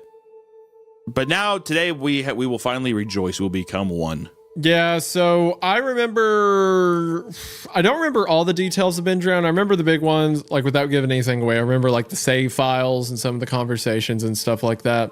I don't think I remember how it ends. So I'm excited to look at this. I will say also, someone who like was familiar with normal corn and stuff, I'm glad it still holds up. Like I said, I read it when I was younger and it scared me, like it was good. But looking back now, I think it's kind of similar to Borrasco, like the nuance of it bothers me more now than it did then. So it definitely holds up. Yeah. Well, I'm stoked. Let's get into it. Right. Which looks like this. It looks like the first post. It's broken up into a series of posts here. And the first post was uploaded, or at least is dated September 7th, 2010. Yep. And this, again, most of our information comes from Creepypasta, the Creepypasta wiki, because that seems most reliable. The story was created by Alex Hall, who goes online as, or did at one point as Jaduzable, whatever that means. Jaduzable. And of course is about a haunted version of Majora's Mask. Did you ever play Majora's Mask? No, but my friend had the Nintendo 64 game. I remember the gold cartridge very well. Yeah, it's a very strange game. You know, like in hindsight, a lot of the aesthetics were kind of weird. The choices, and for a kid's game at least, like, you know, the I remember like watching him play it with the moon. Or like the smiling giant, or whatever. giant Very smiling creepy. moon. Yeah, I'm going to post what happened and link the video footage. But last night, everything got too real for me. I think I'm done messing around with this. I passed out pretty much immediately after making that thread. But last night, the Elegy of Emptiness statue, I had a dream about it. I dreamed that it was following me in my dream, that I would be minding my own business when I'd feel my neck hairs stand up on end. I would turn around, that thing, that horrible, lifeless statue would be staring with those empty eyes right at me, merely inches away. In my dream, I remember calling it Ben, and never before had I had a dream that I could remember so vividly. But the important thing is, I did get some sleep, I suppose. Today, putting off playing the game as long as I could, I drove back up to that neighborhood to see if the old man came back. As I expected, the car was still gone and no one was home. As I was walking back to my car, the man next door mowing the grass killed the power to his lawnmower and asked me if I was looking for someone. I told him that I was looking to talk to the old man that lived here, to which he told me what I already knew. He was moving. Trying a different avenue, I asked if the old man had any family or relatives I could talk to. I discovered that this old man had never been married, nor did he have any children or grandchildren through adoption. Starting to become worried, I asked one final question, one that I should have asked from the beginning.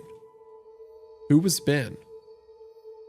The man's expression turned grim, and I learned that 4 doors down, around 8 years ago, on April the 23rd, the man informed me that it was the same day as his anniversary. That's how he knew the specific date. There was an accident with a young boy named Ben in the neighborhood. Shortly after his parents moved, and despite any further attempts to talk to the man to get more information, he wouldn't divulge anything else. If you were him as well and you went back to the area to get some answers from the old man and the house was for sale, what would be your initial reaction to that? If I had a haunted copy of a game and I thought the ghost of a child was stalking me because of this old man, I think I would kill him. I think I would. Well, yeah, It's like, I would definitely want to kill him. You want to wish this demon on me, huh? Buddy. But do you believe right now that he thinks that the game is haunted I think he's putting it by together. this point in the story? Because that's what he says at the Okay. end of part 1, where he says, I hope he was a really good hacker or programmer because of the alternative. Now he's just figured out that sure. Ben is the name of a boy that died, not a kid who got really good at programming, right? Right. I was curious because I was just like, if you went back, I was trying to put myself in those shoes of just being like, because you can kind of justify it where it's like, oh, well, you know, he had the garage sale. He's probably selling some stuff before he was going to move. But it would still just be one of those things that would just be like, this is turning into a very series of like, I don't know, horrifying things that keep like a domino effect almost or something. Yeah. Oh no, I would definitely blame the old dude. 'Cause 100%. His initial reaction is like, well, maybe it was like his grandkid or something, and that makes sense. But now it absolutely doesn't make sense. Yeah, you've thrown all of that out the window pretty much. Yeah. I went back and started playing again. I loaded up the game, and immediately I jumped at the title screen where the mask flies by. The sound that played was not the normal whoosh sound. It was something much more higher pitched. I pressed start, bracing for the worst, but just like 2 nights ago, the files Your Turn and Ben were displayed. Truth be told, I looked at the Ben file earlier. It seems to fluctuate between displaying the owl save and not. I brought up the Ben file, hesitated for a moment, noticing that the stats were not the same as they originally were 2 days ago. It seemed like he had already completed the Stone Tower Temple this time. Summoning my courage, I selected it. So it seems like since it started, the save file has progressed somewhat. Yeah, that's kind of interesting. Like, oh, now he's even further along. How the hell did that There's something happen? alive in there progressing, yeah. Yeah. Immediately, I was thrust into complete chaos. Sure enough, I was outside Stone Temple Tower, but that's about all that was expected. The zone itself wasn't called Stone Temple Tower, but rather ST_O_N_E.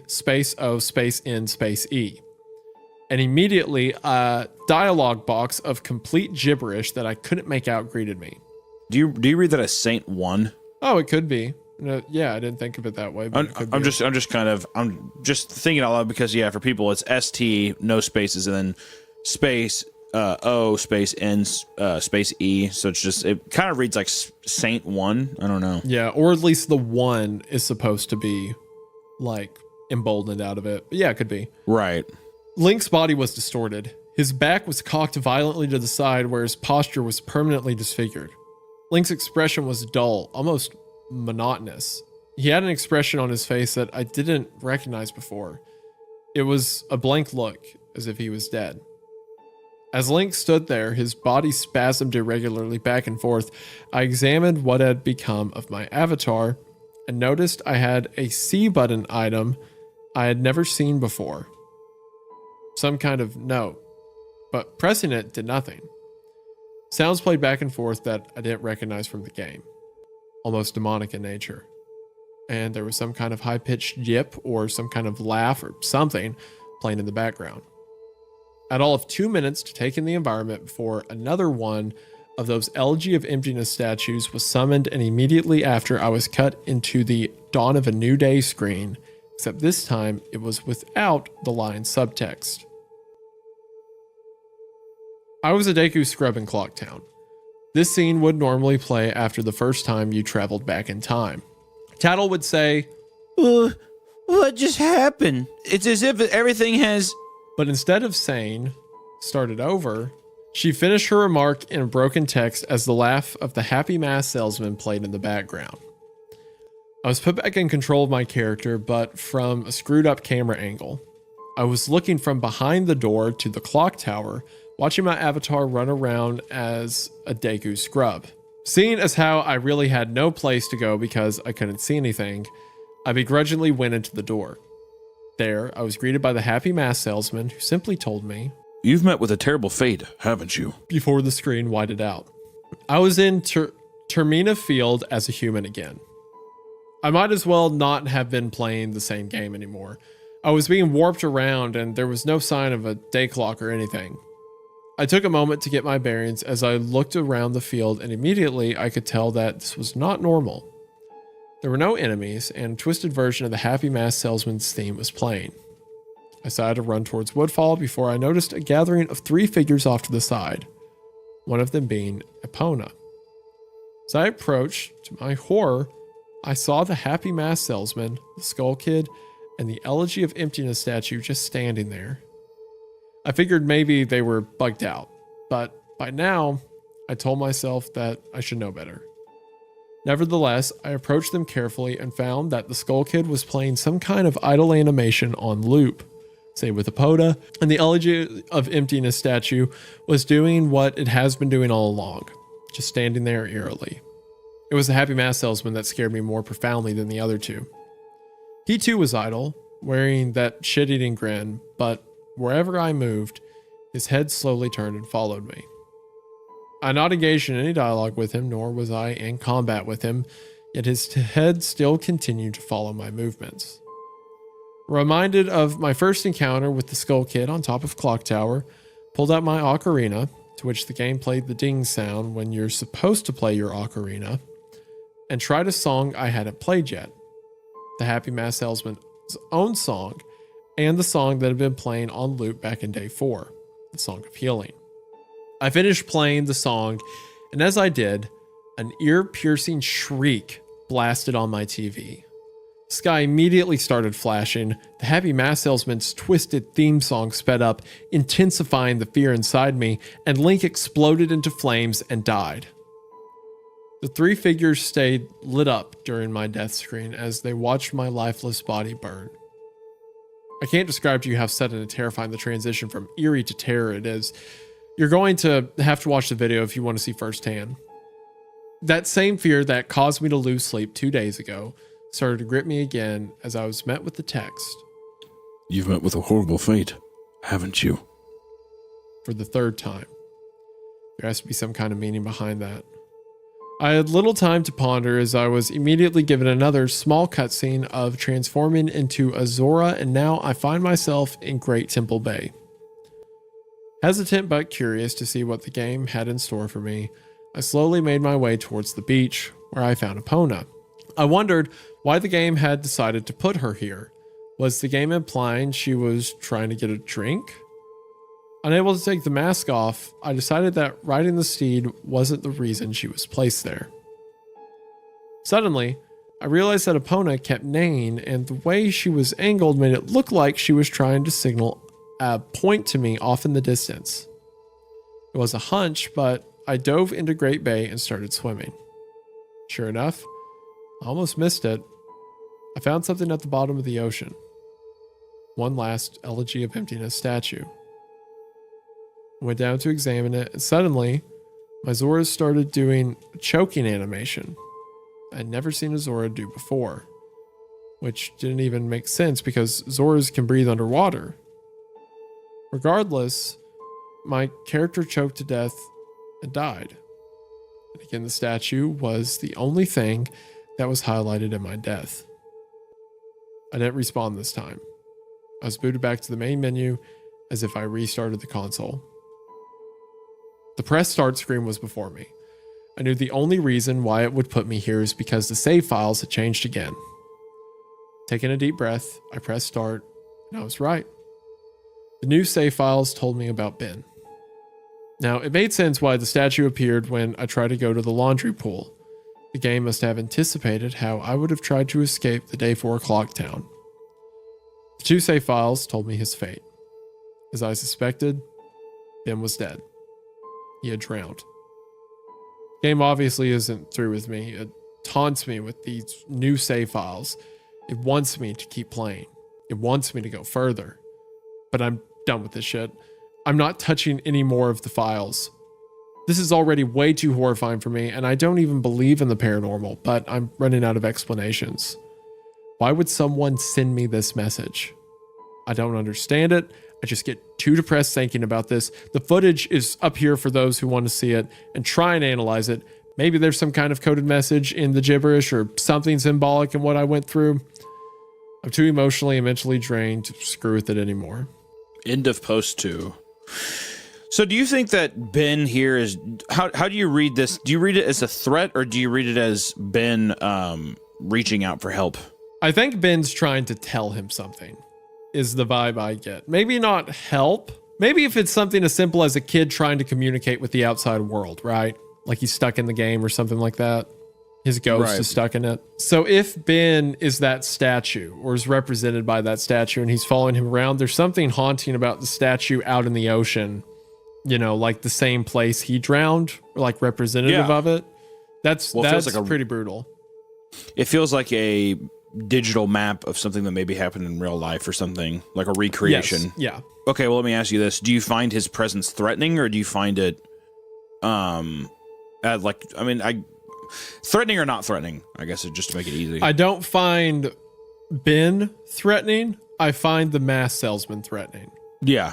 No, I think he is the entity who is pulling the strings, and Ben's a victim in it. I find the game, I find like the mass salesman kind of vibe, or just the game in general threatening, but I don't find like it's odd. I don't find the statue necessary, which obviously the statue I believe is supposed to represent Ben.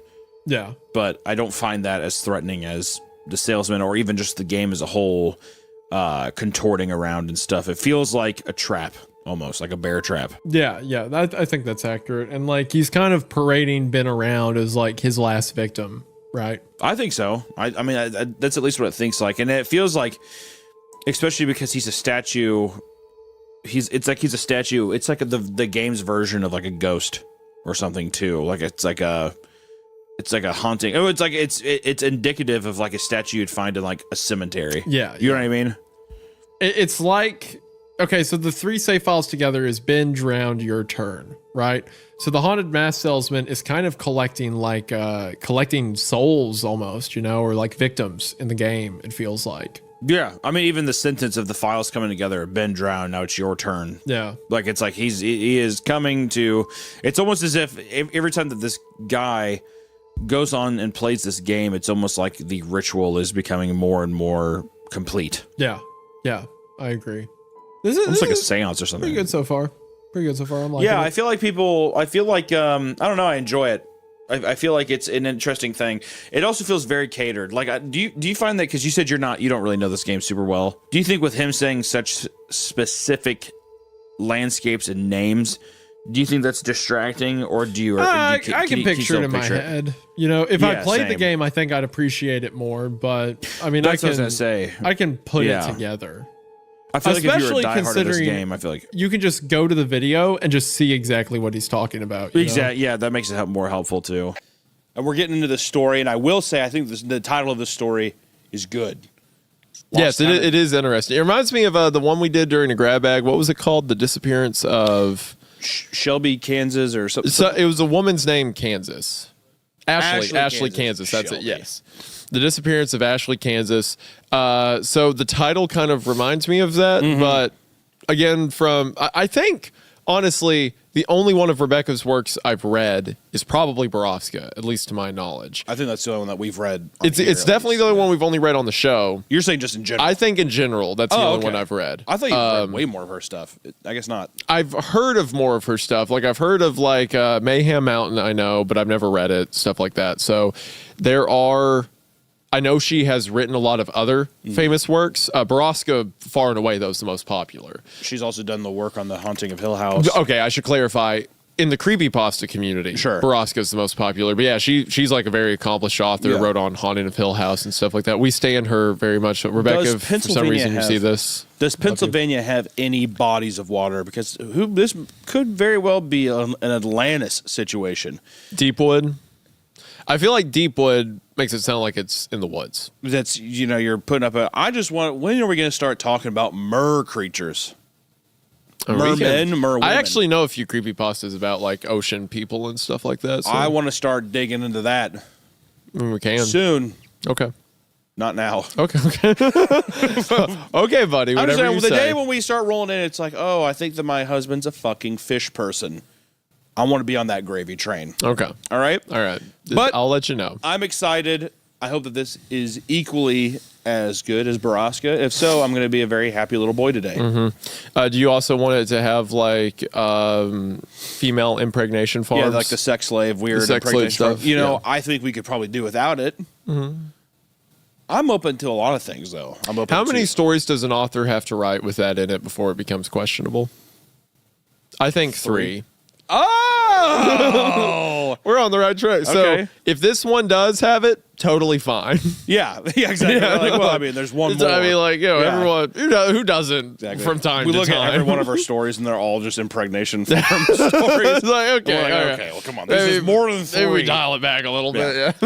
All right, well, without further ado, let's get into the lost town of Deepwood, Pennsylvania. Let's get into it. As always, everyone, thank you so much for watching. Oh, yeah. Spotify, Apple Listen Podcasts, to us whatever. there, baby. Rate us good. Rate us hard. We're halfway to Hawktua. We are Hawk Tua podcast is at 15 right now. We're still above Ben Shapiro, but we want to get above. I want to get above fucking Markiplier, which is show is presented by Mug. Root beer, yeah. How the hell do we get? can when steal can I Mug. get a mug presented by Mug? We can steal that. I think we can. If we overtake them, we can. And I have to get by. I will. If by the end of the year we have not surpassed the Talk to a podcast, I will. That has to be bleeped. There's no way it cannot be. Can we? Do you think we could at least try to get a Mountain Dew presented by Mountain Dew? I think Our where's logo's hold it- green. Where's it at? Hold on. Did we not have one? We had one. I swear. We drank Oh, it. That's how fuck, much we yeah. like it. Yeah. Harry, go grab the Baja Blast Zeros. Hold on. Didn't like Red Bull and Monster sponsor creators forever? That we don't need to talk about them. Where our scopes need to be on Mountain Dew.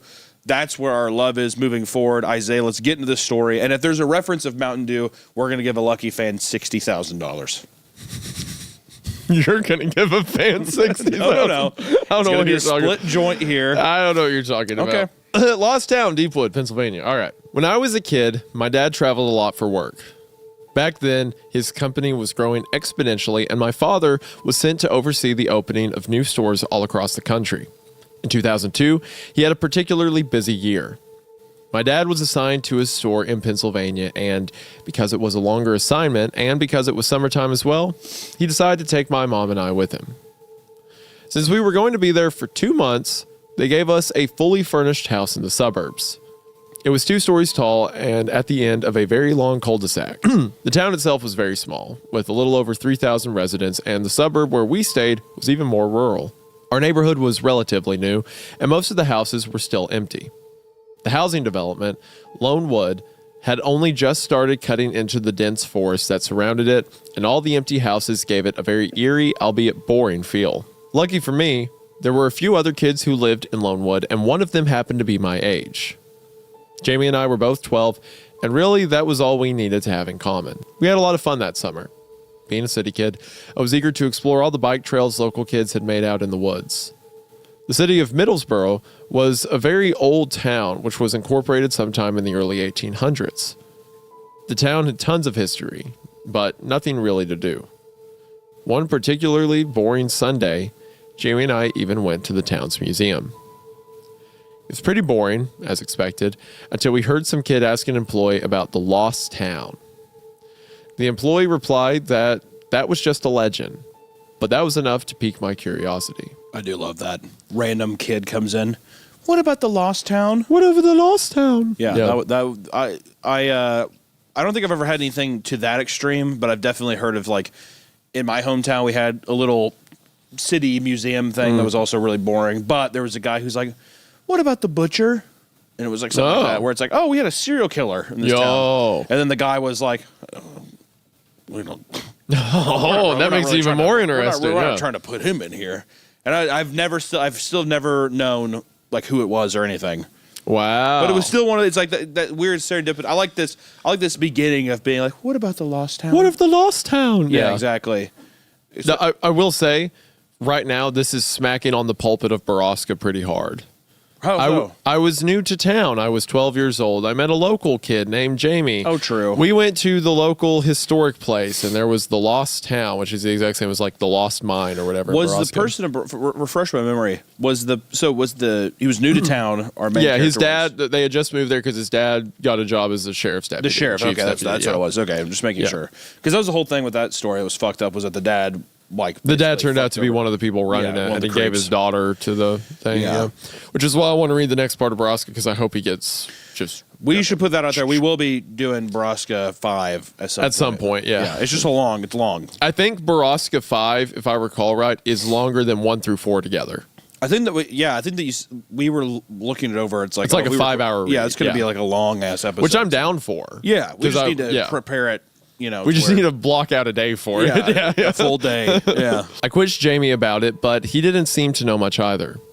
It was a full 5 weeks into the summer before I finally got my questions answered. Jamie and I were building a bike ramp over a narrow stream late one afternoon when we saw a group of 5 teenagers boisterously heading out into the woods. They were carrying flashlights and beer, several of them trying to scare the girls of the group into turning back. I wonder where they're going. I mused as I glanced over at Jamie. He stood up and wiped his brow. I know where they're going. Where? I stood up and dusted the dirt off my shorts. The novelty of living in a small town had weeks ago given way to boredom, and I jumped on anything that sounded remotely interesting. They're looking for the lost town. He sighed regretfully. Okay, seriously, what is that?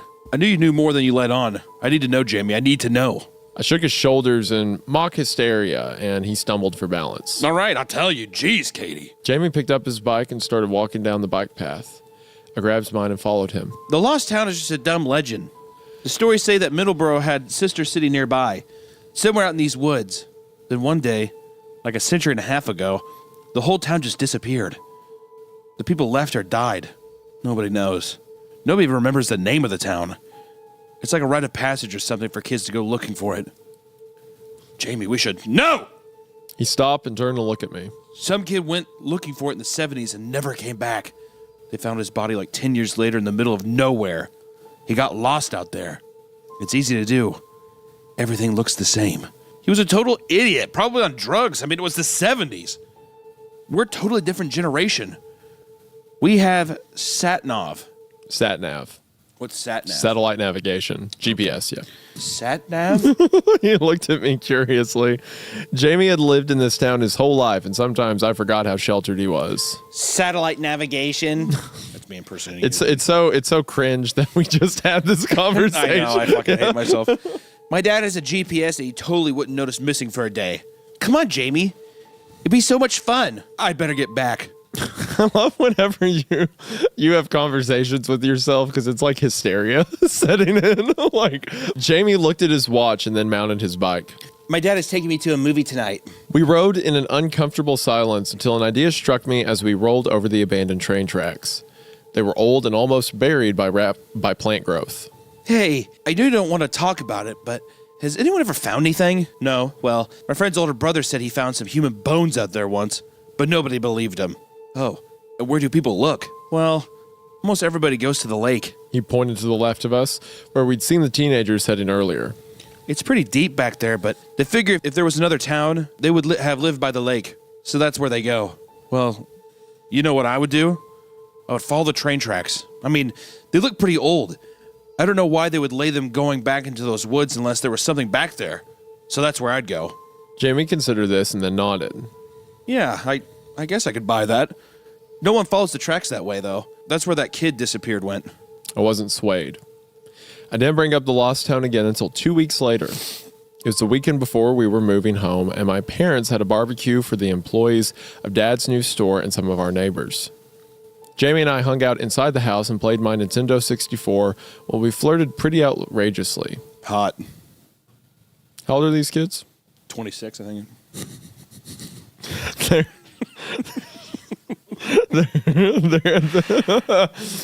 Bases covered. Woo! Bases covered. Man, these kids on bicycles building ramps playing N64. Thank God they graduated college 8 years ago. Yeah.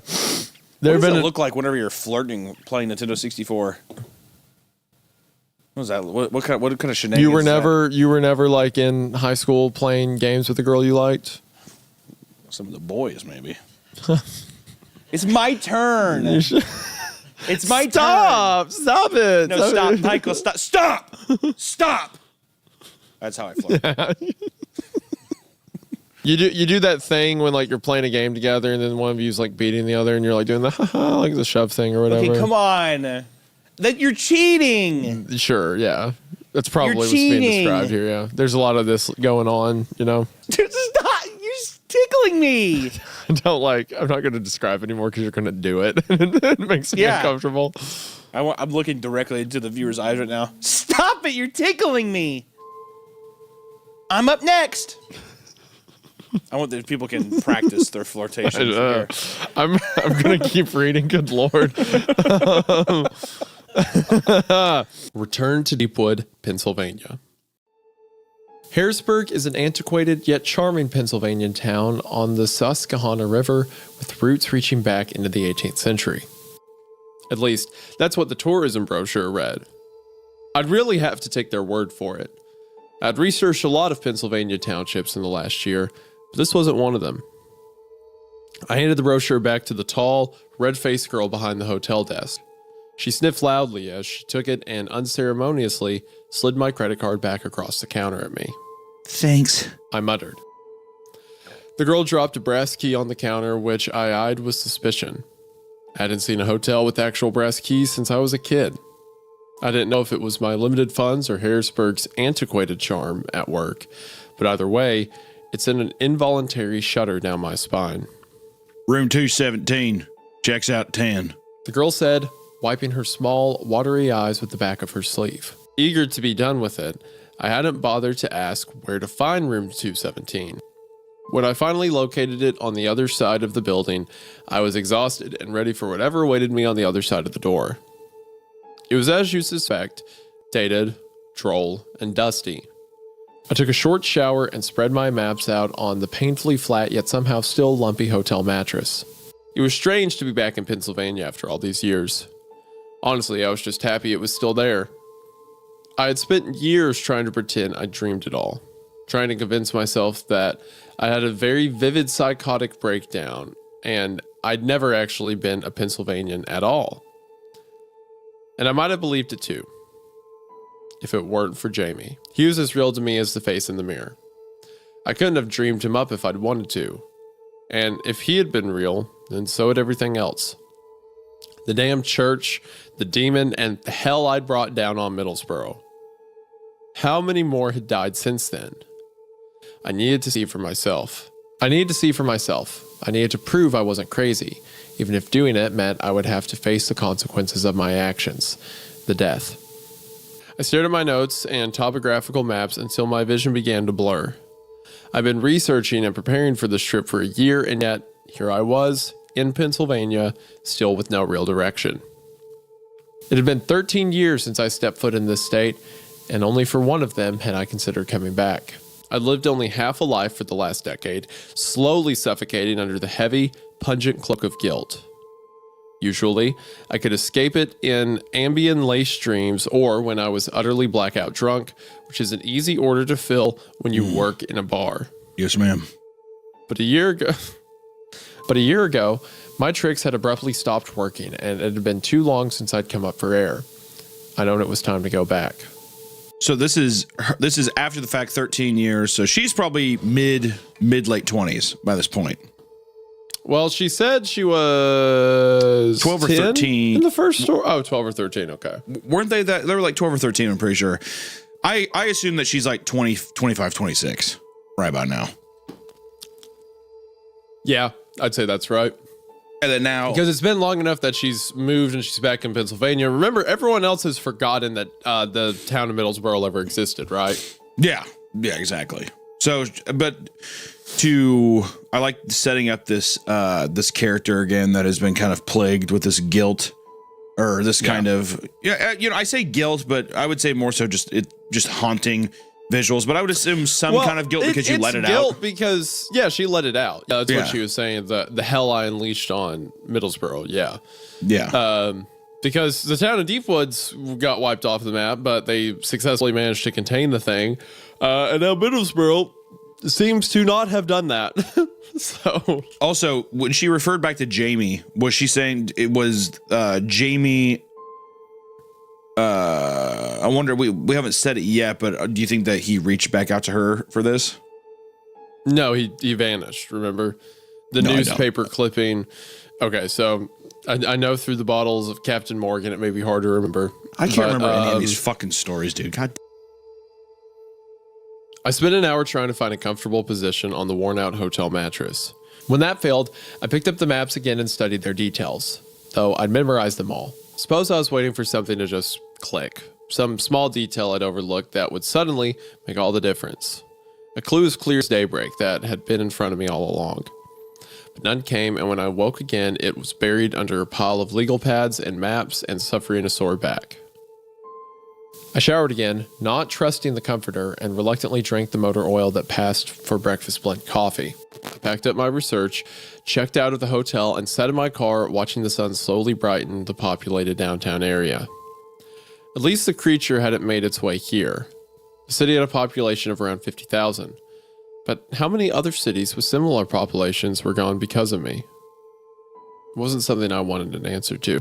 So I had no other data to go on. My plan was to drive to the least populated areas and see if what wasn't there would give me a clue to what had once been. Basically, I was looking for an area that, by all logic, should have a city, but didn't. Put the Ford Focus in drive and headed west of town.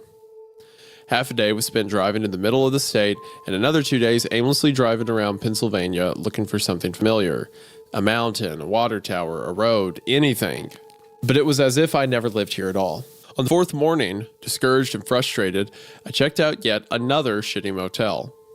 I only had 3 more days before my flight back to Arizona, and so far the trip had been utterly useless. The man at the front desk took my key and gestured toward the continental breakfast, prepackaged muffins, and horse-piss coffee. No thanks. I grumbled. Is that your voice of this young lady? Yeah, sorry. No thanks. Sorry. No thanks. Well, it said I grumbled, so I was trying to be like, no thanks. Whatever. Like she's yeah. All right, let me retake it then. No, leave no the thanks. cut. Leave it the old one in. Thank you. There you go. Where are you headed? Huh? Where are you headed? He repeated more slowly.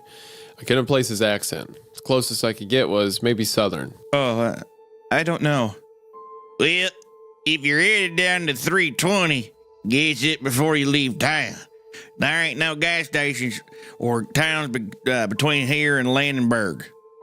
But that's like 90 miles. Yeah, never understood it myself. People get stuck on the road all the time. blown tires and run out of gas. I don't know why the government hasn't done something about that. Because they're broke. Someone yelled from the back office. Yeah, that's it most likely. State ain't got no money for it. I'll get gas before I go.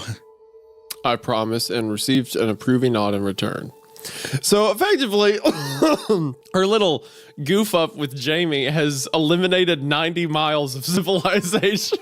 Yeah, that's what I was going to say. This little fucking oopsie butterfly effect thing really was detrimental. Well, also, here's the thing, too. Here's the thing, too. They've said before that we theorize that this had probably happened to other towns before this. Before this. Yeah, I wonder how often it is. Do you think the gargoyle is something that wakes up and it's almost like, I don't know, trying to think of a similar monster. Like Jeepers Creepers rules is he only wakes up for a certain amount of time every certain amount of years. Yeah. Right? So it's like, what if it's something similar? That way, there has to be some kind of lapse of time, because if it happens so suddenly and all the time, I doubt that it could be kept a secret, realistically. Right? Yeah, I mean... Well, the idea is that the Deep Woods town that caught it was an old town, right? So it was wreaking havoc up until like, I don't know, or early 1900s, late 1800s. And then they caught it effectively. But now it's unleashed in the modern age. Yeah. Well, I guess too, think about all the towns in your own state that you have no idea that they're even there. You know what I mean? Yeah, this also makes a fun game for yourself whenever you're driving through an area and it's like, yeah, there ain't a gas station for 40 miles. It's like, oh, why is that? Well, that's like a nice, weird, odd thing. It's like whenever I drive through like Nevada outside of Vegas, there's like this really long stretch of land between Vegas and some other part, I think on the California border, where there's like no other gas stations. So you have to fuel up at this one spot. And it does feel kind of almost dystopian, or even kind of like wasteland kind of vibes. So to have that in a Pennsylvania setting would be kind of creepy, because you're like, wait, what? Yeah, you're in the middle of the woods while you're doing it. Mm-hmm. Yeah, it's a fun idea. I like it. I practically ran out the door. For days, I'd been looking for the out of place, the not quite right, the bizarre. And this was, well, it was odd, at least. It was all I had. I gassed it before I left town and followed the signs to the 320. As promised, it was nothing but dark asphalt for miles. No exits, rest stops, signs, or even mile markers. This was it. It just had to be. As there's no one else on the road, I drove well under the speed limit, taking in every detail. Eventually, I began to notice that periodically there was a gap. Not in the foliage, but in the coloring of it. Every so often, a grove of trees would be duller, sicker. It was something you'd only notice if you were looking for it. So the creature, as I'd taken to calling it, could technically give life in the process of filling in the hole of previous existence, but not very good life. The fauna in these spots was weaker and bore dull, almost muted coloring. I continued noting these spots until I couldn't count them anymore. These had likely been cities or homes of people with lives, families, futures, all taken from them because of me. Felt the panic begin to claim the edges of my vision and quickly popped a Xanax. My panic attacks had become unbearable after Middlesboro. I suffered from them still. The edges of my vision got hazy and I was able to relax a fraction. At some point, I processed the presence of the dilapidated railroad tracks running parallel to the road. I noticed them early on, but my mind had hidden the significance of this until now. They had not been the tracks, but to me, it was a sign that I was on the right track, so to speak. I was close.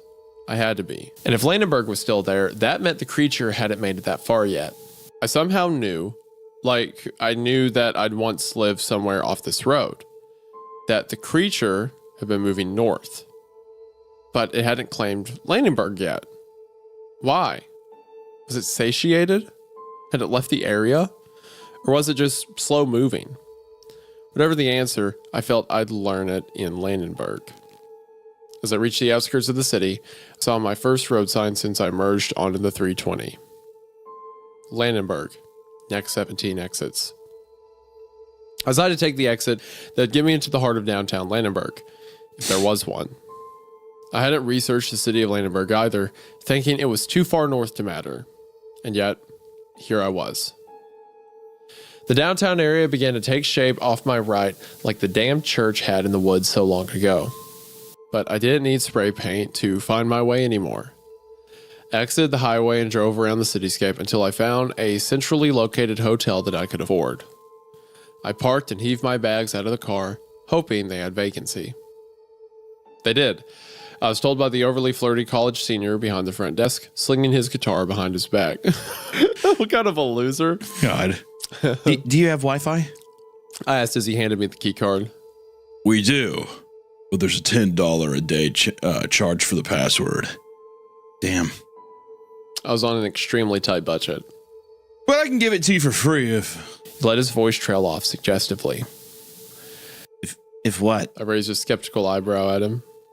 If you let me write a song about you. He wrote my credit card receipt so he could read it. Caitlin. I sighed. Okay, yeah, fine. At this point, there wasn't much I'd say no to. I was going on 4 days of restless sleep. This is very cute, the idea that in a small town, like, the controversial thing the guy wants is to write a song. Oh yeah, definitely. It's cute that the guy is blackmailing the woman so he can force write a love song for her. That is cute. Yeah, you know what? I'm not backing down from this one. That is cute. It's out of all the things he could have done, just being like, "Hey, can I write a song about you, princess, so we can fall in love and we have sex?" Hey, he did say she have to do all that for her to get the password. He said that's what. In the back of his mind, he's like, "She'll love the song. That is in the back of his mind. She'll be so happy, and I'll get a slow blowy from it. It's gonna be awesome." Okay. And then he starts playing Third Eye Blind. I wish you would step back from that ledge, my friend. He's playing guitar like that. Caitlin.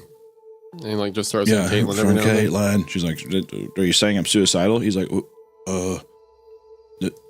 no, I don't know. Yeah, that one was rough. Tour got you nervous, huh, buddy? Yeah, sorry, I'm flustered now. I'm picturing singing my own song to all the pretty ladies out there for key cards and Wi-Fi passwords. See, if you do stuff like that on the tour, you should be embarrassed and you should be nervous about it. Who here wants a love song? What's your name? Girl's like, Janice. I'm like, ew, gross name. Who's that? What other person? He eagerly gave me the password and I retired to my room. First floor, thankfully. I took out my shitty laptop, connected to the hotel's equally shitty Wi-Fi, and pulled up the Wikipedia page for Landenberg. It is a larger city for this part of the state, around 55,000 residents, mostly due to the fact that Landenberg hosted a state university. It's a progressive, young, educated town filled with hipsters and young professionals. Where to even begin? I threw my notes, my phone, and my GPS in my backpack and decided to start with the front desk of the motel, much to my own dread. The college kid who checked me in was strumming chords on his guitar and softly humming. Excuse me. He looked up at me and winked. You're pretty eager, foxy lady. And I like that. The songs take time to write, even for the most talented. Yeah, actually, I was just wondering, where can I find the university? I interrupted, suppressing an eye roll. Mama, this whole city's a campus. I mean, where'd you want to go? You a new student? I'll show you around. I got off at... No, I just like to find the... This has been a horrible mistake. Think of something quick, genius. Admission office. I need to talk to admissions. Well, that's about half a mile down the Rooker Street. That's the one running in front of the building. Got it. Thanks. He started to say something else, perhaps which way to go down Rooker, but I was already out the door. Not knowing what else to do and wanting to get as far from the poor kid as possible, I picked a direction and started walking. MGTOW. Wait, what? MGTOW? Men going their own way? That subreddit or whatever? Yeah. What's the reference to this? But I think that she's breeding a monster basically with that interaction. Yeah, Chads always get the Stacys. Yeah, I guess I'm never gonna be able to write a fucking beautiful nice song. Nice guys for a like girl. me who like music never get what they want. Nice guys like me sure. never get ahead.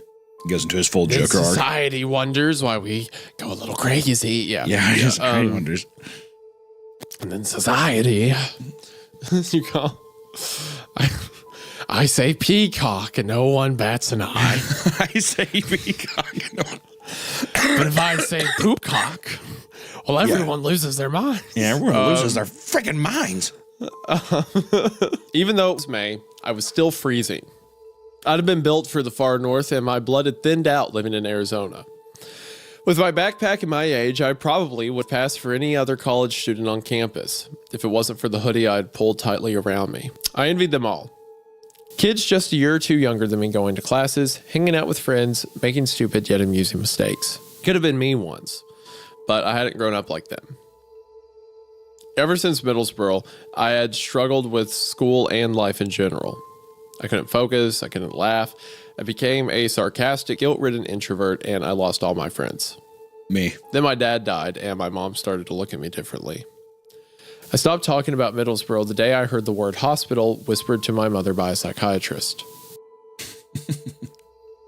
Even though I stopped trying to prove it had all been real, my mother never really saw me as her little girl again. I moved out at 18 and lived alone for years, working in an English pub, trying to forget how many people were probably dead because me, including Jamie, the knife that dug deepest. I walked the downtown area all day. I didn't know what I was doing, where I was going, who I should approach, or what I should ask them. I just knew I was in the right place. I've been drawn here for a reason. I felt it in my gut. This was where I was supposed to be. But for the 5th time in as many days, I had asked myself, what now? I suppose I could have spent days wandering around Landenberg. I could have left empty-handed and never known what happened all those years ago. I could have never found him. But as fate would have it, it only took half a day to find what I was looking for. It was well past noon, and I had stopped at a small cafe to eat a sandwich. Since the restaurant was packed wall to wall with students, I went outside and leaned against the brick wall by the door. I supposed I noticed it because it was so brightly colored, or maybe because it was the only piece of litter I had seen all morning, or just maybe it was simply because I was supposed to. But for whatever the reason, when a bright red flyer blew past my feet, I reached out to step on it. Curious, I bent down to pick it up and read the heading. Teeth and History Museum, Landenberg, Pennsylvania. Upcoming exhibitions, 13th to 14th century Judeo-Christian relics and artifacts. What the fuck? They're gonna get there. It's a little drawing of the demon, and it's like, oh, well, welcome to the demon of the. Could there be any? Do you think there's any way that they have the demon there, like a gargoyle? Like there's just the statue that is. That would just be kind of asleep. cool if it was like dormant. Well, I gotta say, I love this. But they I didn't love this know what setup. they had. I love the setup that the Landenberg town is just a college town. Because the entire time I was sitting here thinking, I was like, you have all these crazy in-betweens. There's no gas station for 90 miles. It's literally nothing. And then it's just like, it's just so suspicious and odd, right? But then of course it's just like a weird college town where it is probably just a bunch of like kids focusing on school or just kind of like, you know, being young and stupid would amass, and that's where they would live, is out in the middle of nowhere going to the school. I'm glad that that's the infrastructure to it versus if it was like, yep, the whole town's it's a plastic factory town. Because I feel like it would just be a little too cliche, maybe. Oh, it's the town where we make yeah, or even just something where it's like, yeah, there's only 9 people who live here ever since this. But I like that it's kind of a thriving, bustling college town. There's like life to it and stuff, which I mean makes sense because like the curse or the demon hasn't got there yet, right? It's like right at the border. I'm gonna laugh my ass off if she just destroys another town. Then she's actually a monster. Well, just like, she's not please. destroying it. It's like the demon keeps progressing territory, right? Well, that's what I mean. But I'm saying that if she wakes this thing up again somehow and it does that again, I mean, she is indirectly again responsible for that. Or directly responsible for that. Well, I mean, eventually, we don't know what this thing does. It could take over the world for all we know. Yeah. Right? I don't know. Below that was a blurb about the museum, nothing too interesting. And below that was a description of the exhibits to be unveiled. I skimmed down the list quickly, seeing little of interest, until the very bottom. Statue of the demon Metaraxis. Oh God. Yeah. Well, there it is. There he is. Okay. Oh, I wonder who that could be. That's a legitimate like bruh moment. I'm looking right now on one of my pages that's like all the demon names and stuff like that. And I don't see Metaraxis. I don't think that is a real It's not demon. real. Or there's not like a real history to it. It's not like Beelzebub or, Balaam or something like that. My mouth fell open. It was too much of a coincidence, nothing to be ignored. I checked the date on the flyer, May 2nd, 2014, 3 weeks ago. I threw the rest of my sandwich in the trash and took off. I'd seen the museum that morning and I knew exactly where to find. Okay, that's a typo. I thought I was having a stroke. I'll also say you could bring your sandwich with you, I feel like that's okay. There's no time to eat and process. That would be one of the things that you have to throw it away, because if she was running and still chowing down on like a meatball sub, it would be so uncanny. Like, it's just like, throw the fucking sandwich away. You got business to do. In my head, she has like a tiny little cold cut sub, but it's funnier to imagine her like standing outside with one of those 3 foot long like Italian meatballs. She has an extremely large sandwich in her hand. Like, way too heavy of a meal. She's like, it's 11 a.m. I'm gonna have my pastrami sandwich. And it's like, God, really? That heavy of a meat this early in the day? Dripping off of it as she's standing there. Why is it that whenever people have pastrami sandwiches too, that they have to put so much pastrami on the sandwich? Have you noticed that? Yeah, it's never a normal amount. Yeah, it's always like 3 layers of pastrami. A palpable amount of pastrami. Well, to be fair, I feel like if you had just a normal amount of pastrami, it would just kind of taste like any other, like, might as well be a pepperoni. I think they're trying to thin out the herd. They're like, whoever orders a fucking pastrami sandwich, we're trying to send them to a heart attack early as much as you can. Hey, eat it all. I think I will. Can I have more mustard on this, please? Big pastrami organizing all the sandwich chains. Yeah, big pastrami coming out being like, kill their customers. Kill them all. We're going to have a really hot about 60 years and then no more after that. Better than going to a sub shop. I would rather hear someone say, hey, can I get a pastrami melt or whatever, right? Versus nothing enrages me more than when I go to a sub shop and someone's like, can I have a BLT? Like, what kind of fucking sandwich is that to order at an actual place? That's like an at-home sandwich you make. That's a stupid sandwich. A BLT is like a camping sandwich. You have limited supplies. You're working on what meat you can. In my fridge I have like nothing. A BLT.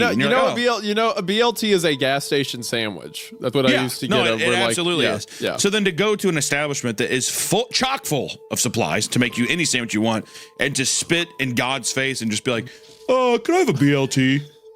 Spit in God's face. Is it not? I mean, like, what the fuck is going on? You have options for meatball subs, turkey clubs, all kinds of stuff, and then you're a BL fucking T. Can I have 2 strips of bacon, a shit ton of lettuce, and some tomatoes, please? Oh my God, thank you. Me and you might disagree on a lot and get into a lot of little tiffs on this show, but on this one, I'm with you in solidarity. Oh my God, brother. we found common ground. We found common ground. You know what? It's ridiculous to get a BLT at any place that has more than a BLT at any time past 8 a.m. Yeah, agreed. Totally socially acceptable at your house at any time.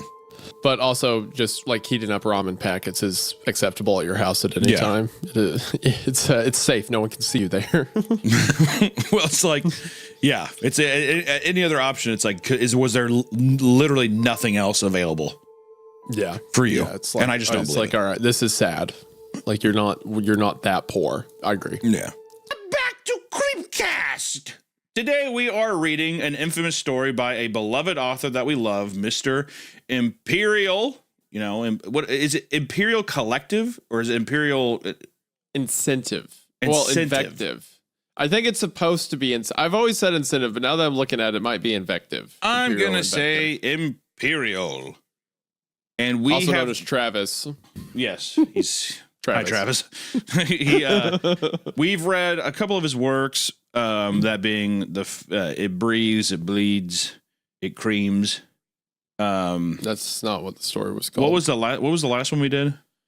Ensorcelled in the Earth. Ensorcelled in the Earth, which was one of my personal favorites. Basically, like kind of like another Feed the Pig, less sewer slides, but you know, it's that. Yeah. But apparently his most famous story is actually Fleshgate. In both of the comment sections and on the Reddit and stuff, we see people be like, oh, you know, they keep reading this story, but they won't read his most popular story, which is this Fleshgate meme. So today we're going to read Fleshgate. Yes. So if you grew up like I did, listening to like Mr. Creepypasta and a bunch of like Creepypasta YouTubers, you've heard a lot of Travis's stories, even if you aren't familiar with him by name. Travis Coleman, by the way, is the author's name. We've talked about before how prolific this guy is. He has, I think it's over 100, maybe not 200, but over 100 like stories posted online. Actually, I think it might be 200 because we looked at that collective image one time and there was just so much stuff this guy's written. Some of his more famous stuff is Ad Nauseam, Ad Mortem, Ad Infinitum, Abraham's Dagger. All of these were like triple platinum on like OG horror YouTube back in the day. And I remember listening to Fleshgate when I was like 12 or 13, and I don't remember the events of it, but I remember I was really scared. So this is definitely this is definitely one of the kind of like OG peak era creepypasta time when this was posted. Mm-hmm. I remember everyone used to compare the Fleshgate. They would speak of it in the same breath as like Wendigos or the Rake or Skinwalkers, or like weird things that run around in the woods. So this is going to be something that's like a bit of an old monster story. We haven't touched it like a monster story in a second, have we? It's been a minute. I remember we talked about some of the Rake stuff back then, but honestly, that's the last time I can think of. Yeah. Well, I always like a nice monster story. Oh, here it is. Okay, so this image I'm about to send you. Hold on, let me just send you the link. So we'll throw it up on the thing too. So I remember seeing this image going around, and I remember the picture for the Fleshgate on this scared me so bad. Hold on. I don't even think this is... I think what happened is after Travis wrote the story, Fleshgate went on to become its own thing. Kind of like, you know, people started to make stories about it aside from just Travis's original narrative around it. But there's a chart that would go around that'd be like, this is the difference between the Goat Man, the Fleshgate, and the Skinwalker. And yeah, which is a good sign. Image for the Fleshgate, which is a good, so bad. Which is a good sign because I love that people are like, you definitely know that people. The reason that they had those differences, I bet back in the day, were people like, oh, I'm so scared of Fleshgate, but they were actually talking about like the Goat Man or something. Yeah, so I bet people are like, no, because I bet you they all live in some kind of woods. They're all in the woods. They probably all have some kind of goat-like weird form. Or something like that. But what they do is distinctively different, I think, is my betting thing. So Fleshgate, I mean, there's obviously similarities, right? So, yeah, well, of course. That's what makes it fun. But I love the idea of someone being like, making a graph being like, don't be fooled. As if it's like a survival guide or something like that. Back in the day, I swear to God, survival guides were so popular. It was insane. Like, I remember when the peak... Even when I was younger, it was like the peak time for zombie movies. And there was so many zombie survival guide books, like published works that you could get in like Barnes and Noble, you know, monster survival guides, all of these kinds of things. So popular. So I'm ready to take a little stroll back and see how this feels. Also, anytime I get to read, some of my favorite episodes are when you've read it as a prepubescent boy, and then I have no idea what the fuck is going on. And I think that's what's getting ready to happen today. Of course. I think, now, I don't want to misquote. I'm pretty sure Travis is the one that came up with the Fleshgate originally. There is a chance that word kind of existed online, kind of like the Rake, and then he made the narrative out of it. But to my knowledge, he's the only guy that's done any like substantial narrative with it, even if he didn't come up with the term. But I think he came up with the term. Because I'm looking at his story, and like the most recent ones, like the oldest ones are like 8 years ago, 9 years ago, stuff like that. So yeah, I'm pretty sure it's him. Every time I hear anything gate related, I just think of The Gate, that movie from 1987, which is just a fun little, when you're a kid, super fucking horrifying movie. But yeah, anytime I hear The Gate, it makes me think of that. Yeah, it's this film from like the late 80s, mid to late 80s, whatever. And it's just about like people move into a house, I'm pretty sure, and then like they uproot this tree, like they're getting rid of a stump, and that opens up this fucking gateway to hell, basically, and all these creatures start that's pouring sick. out. Yeah, and this kid's like, "What's going on?" That kind of thing. Oh, Mom!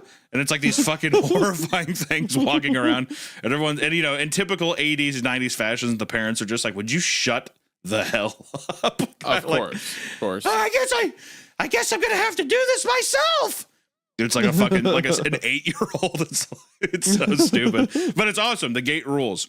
Anyways, made me think of that. So, It's very all cool. right. Well, Fleshgate, man. Let's get into it. Let me turn off my lights to really set the mood. Oh, thank you very much to everyone who has subscribed to the Patreon. The support over there has been fantastic. Hope you guys enjoyed that exclusive episode from some of the comments I was reading. It seems you all do, so we appreciate that a lot. And thank you all for your donations of time. Patreon will be linked below if you want to support us. But again, thank you guys so much for the support you've already shown. Yeah, we have a song and an episode up. First episode, be completely transparent, is a bit of a crash out. So sorry about... so we'll just apologies for that one moving forward. But then also too, just want to take time and say, be sure to check us out on Spotify, Apple Podcasts, and give us a nice rating there. It really does help. So let's jump in. Fleshgate. Fleshgate. Months later, I can remember all of them, down to their slightest idiosyncrasies and quirks. They were my friends, and they're gone now. There's a hole in my life where they were. Sometimes I'll remember something they said or did, and it'll hit me like a ton of bricks. They're gone now, and I'm only left with memories of them. I'm sorry for being maudlin and bringing everyone down, but I think this is the only way I can really introduce my story and explain why I feel like I have to type this out. I think that writing this is the only way I can learn to accept that. I'll try to keep these downer tendencies to myself as I'm writing all this down, but I can't make promises. I know that being the third wheel in a group can be a terrible thing, but I can think of something worse, being the fifth wheel. If you're the third wheel, that makes your group a semi-functioning tricycle. If you're the fifth wheel, you're left as some obscure car from the 50s that no one remembers or cares about. Imagine not being able to follow the in-jokes and shared history of one couple and multiply that by 2. Getting stuck as the fifth wheel is twice as bad. That was the frame of mind I had as we all piled into Ian's car to go to the Gila National Forest for our hike. I will say that being the fifth wheel is one of my favorite things ever. I love that. It's an act of terrorism, first off, being invited as the fifth wheel. So anyone who is there has to say, you're all now a part, like you have to suffer. And I take inside jokes, and then not only do I pretend that I kind of know what it is, but then I will tell you an inside joke from a person that is not there. And it is going to be hostile. It's going to be a complete takeover of the conversation to where I will not be invited in this situation again. So this is a thing that's happened to you before? Oh, multiple times. I think being the fifth, I'm not like super common, but people are like, well, they're my friend. I don't want to, you want to come hang out. But the worst is they don't tell you when you're the fifth wheel. They're like, hey, we're going to go get drinks or, we're going to go do this. XYZ, and then they just kind of throw it on you. And then you just show up there. I see. Exactly. I see. And then it becomes a complete and total fucking takeover. Have you purposefully entered into a fifth wheel scenario before? Oh, where never. You knew? Never. Okay. I would never go. Right. I would never go into hell, willingly.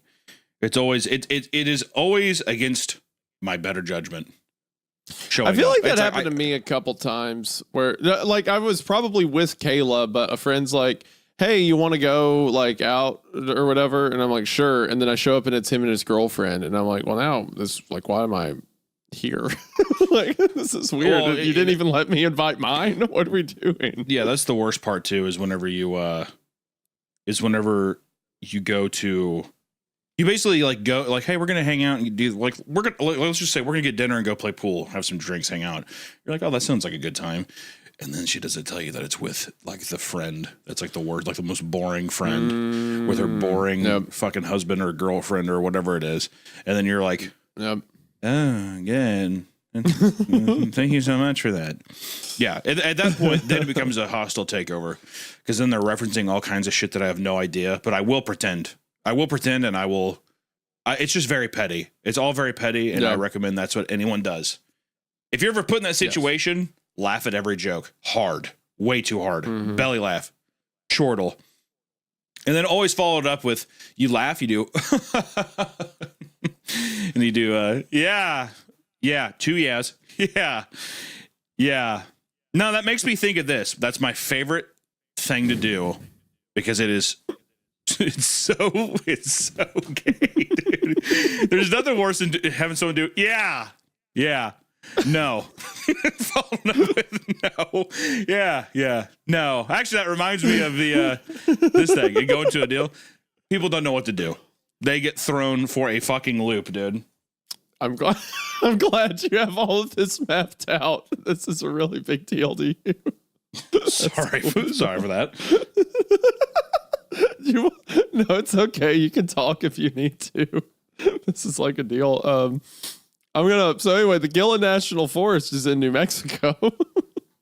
It's 3 million acres. 2.7 million acres. It's the 6th largest national forest in the United States. Isn't that cool? That's awesome. Isn't that neat, Hunter? I love that. It's really cool. Okay. Forest, I love that. That's cool.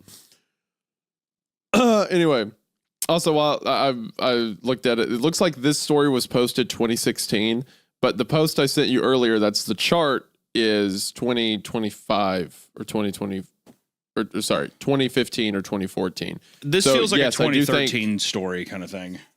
Yeah, I think it was posted here 2016. I feel like Fleshgate's older. So maybe then, similar to the Rake, the name Fleshgate existed, then Travis just made the story that became popular, basically. I know that's a weird opening to give to all of this after my depressing introduction, but I want you all to have an idea of my mindset.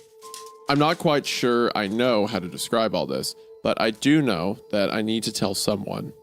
I need someone else to know what happened and help me come to terms with it all. I think the only way I'll be able to explain this would be to help you see from my perspective as much as possible. So there we were, driving down to Gila for a hike, with me feeling like the fifth wheel wedged between two of Ian's friends who I didn't know. 3 of us were cramped in the back seat, while Ian and his girlfriend were up front. I look back at that unnecessary bit of moping back in August 2016 as one of the last few moments of normalcy I would have in my life. I tried to make the best of the situation, I really did. Ian was always the more social of us. Our mom used to tell us that Ian could make anyone his friend, but that once I had a friend, that I kept them for life. It was one of those parental platitudes that was given to reassure a socially awkward child that there was nothing wrong. Unfortunately, it would take me almost 19 years to learn that that wasn't true. Instead of taking my therapist's diagnosis of social anxiety disorder following a breakdown after an office get-together as a means for seeking treatment, I used it as an excuse to cloister myself off from the world. I stayed in my apartment when I wasn't working and told myself that I was just doing what was best for me. Of course, Ian decided that that wasn't healthy and convinced me to go on a weekend-long hike with him.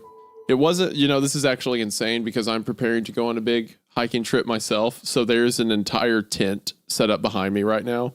Really? In my room. If I had the capability, I would crawl into the tent for this video, but I feel like the camera would not reach down there. But this is perfect setting. It wasn't until I showed up at his house at 6 a.m. on Friday after taking the day off work that I saw that he had invited others along. I think he saw it as a means of getting me help and breaking me out of my shell by introducing me to his friends. Unfortunately, though, with Ian's extroverted nature, he didn't realize that I liked being in my shell. It was comfortable. It was safe. A turtle doesn't like being broken out of its shell. It dies. After a brief introduction where I caught no one's name except for those I already knew, my brothers and his girlfriend Jessica, due to morning grogginess and the rushed greetings, we packed up the car and left for our hike. It took 3 hours of mostly awkward silence for us to reach our destination. Ian tried to make conversation, but my short responses and the other sleepiness killed him off fairly quickly. I will say it seems that our narrator is a loser a little bit. Yeah, our narrator fucking sucks. He just refers to himself as a fucking turtle, dude. That, and also the fact that Ian's being like, so, how things? Playing any games lately? And he's just like, not really. No. Yeah. That's fucking, he has a big thick turtleneck shirt on. He just keeps like putting his head into it. No, and like keeps slugging his head in. Like, who the fuck brought this loser Like I'm not gonna lie. It's gonna take a lot for this man to be brought back. I did not like the turtle thing. The turtle thing really kind of crushed me. I was like, this guy fucking sucks. A grown man referred to himself as a turtle. A grown man referring to himself as a turtle, and then a girlfriend named Jessica. What the hell is this? That is rough. That is rough. This is bad. It was like getting hit with a baseball bat twice in the head. But yeah, short responses. I like how he even knows. Yeah, but my responses suck. So it is what it is. Though they have to deal with me. I'm already here. Yeah, I'm. Not only am I going to be like kind of the awkward invite, I will become a problem. I will become a turtle. I will be rough. I will become a turtle, of course. Yeah. What's that, buddy? It's my scratching post. He's like a couple brooms like fucking nailed to a tree, and he keeps rubbing up against him. Do you want to get drive-through? No, it's okay. I got it myself. He has just like a bowl full of tomatoes and just starts like biting them. He's just eating raw cabbage. Yeah. But he's like reaching down, like he's holding the bowl up to his neck, but reaching down with his head to like bite off pieces of it at a time. Yeah, doing that nice turtle thing where they open their mouth real wide, they stick out their tongue. They do. Yeah. Yeah, that's what he's doing right now. We gotta bring him because he's the turtle mutant and he'll protect us. My mom said that goes wrong. My mom said the turtle kid won't. He's been like looking at us and he just feel bad. I mean, he can come on the hike. Right, Mom said that if we, bring the turtle kid. Mom said if we don't bring him, the turtle kid will shoot up the school. Yeah, the mom said that turtle kid's been pointing a gun at the front of our house for the last 2 nights. Come outside. So we keep saying no one's around. Come out here. You rule, turtle kid. Did you ever watch that movie, Master of Disguise? Yes, please do not go into the Turtley Club thing. But you know that, right? Yes, I fucking know. Okay. Master of Disguise. God, dude. Okay. Do you want to know the best? Do you know the best piece of movie trivia ever about that film? While they were filming that scene, 9/11 happened, right? 9/11 happened. Yeah. As he was doing the "Am I not turtly enough for the turtle club?" For the turtle club. So someone alerted them on set, and they held a moment of silence while he was dressed in the turtle outfit. Dressed as a giant turtle person, holding his head down. Do you think he stayed in character? Is he a method actor? He's like, oh. Wait, what? Can you turn on the news so I can see? The towel was no. That's a bit peculiar. The towel couldn't be broken like that. Okay. It's a bit odd. He's like moving the shell around too, like his big like shell body. They said Al Qaeda did it? Al Qaeda in a turtle costume. Luckily I wasn't in the air. I'm on the ground. Yeah. So that guy is the one who's sitting in the front of the car now. Yeah. That's what I remember. Because he used the word turtle. Yeah, of course. Yeah. The others woke up quickly after hearing Jessica screaming. We quickly searched around the area, hoping to find some scrap of food or some indication of where our stuff had been taken to. We found nothing. It was long gone. We had no food, no water, and no hope. We had no way of telling when one of those things was hijacking our heads and pretending to be part of our group so it could distract us. With our compass gone, we had no means of following a set direction and hoping to pick the trail back up. In short, we were screwed with a capital S. Oliver demanded to know what I was doing last night. He wanted to know how I could be so careless as to fall asleep when I should have been watching over them and our gear. I lied and told him that someone had come around in the middle of the night to relieve me from my shift. I didn't mention that it was one of those things impersonating Jessica. I couldn't bear to look either my brother or his girlfriend in the eyes at that point. Oliver started to yell, but stopped when he saw I was on the verge of tears. I don't know if it was mercy or disgust that caused him to stop. At this point, it doesn't matter. Gathered up the only thing that they had taken in the night, our sleeping rolls, and continued walking. The hike without water or the prospect of food was unbearable. We were already exhausted, and the realization that we were soon going to be starving and dehydration only served to sap more of our energy. Within a few hours of our march, my mouth felt gummy and dry. While we were still under the canopy of leaves, the temperature was still in the high 80s and low 90s. It didn't take long for dehydration to set in. I kept licking my lips in an attempt to keep them moist, but I could feel them beginning to crack as my saliva began to dry up. As we walked, Oliver picked up his pace and caught up with me. I looked over at him and knew, without him saying anything, that another one of those things had joined our group. He whispered, Don't look directly at it. Just keep it in the corner of your eyes. I think that's how it messes with your mind. It would explain why you remember that guy that night, but the rest of us can't. You saw him, but the rest of us didn't. Don't get close. Just keep it in the corner of your eyes. It's been trailing us for about half an hour now. I think it just wants to watch and follow us. I pretended to be cracking my neck and looked at the tag along in my peripheral vision. It trailed behind us by about a dozen feet. In its resting state, its facial features appeared staticky. I could make out eyes and a nose, but it was constantly shifting and rippling like bubbling plastic. At this point, we were too tired to even bother with chasing it off. We just kept walking and hoped that it wouldn't try to join the group. It seemed content to keep its distance and keep us in its line of sight. It followed us for about 2 miles before it broke off towards the trees with a shambling, awkward gait. We were too tired to even try and set up a shift system. We just huddled together in an attempt to convince ourselves that we were safer when we were closer together. But every time one of us got comfortable enough to drift off, those things would start making noise.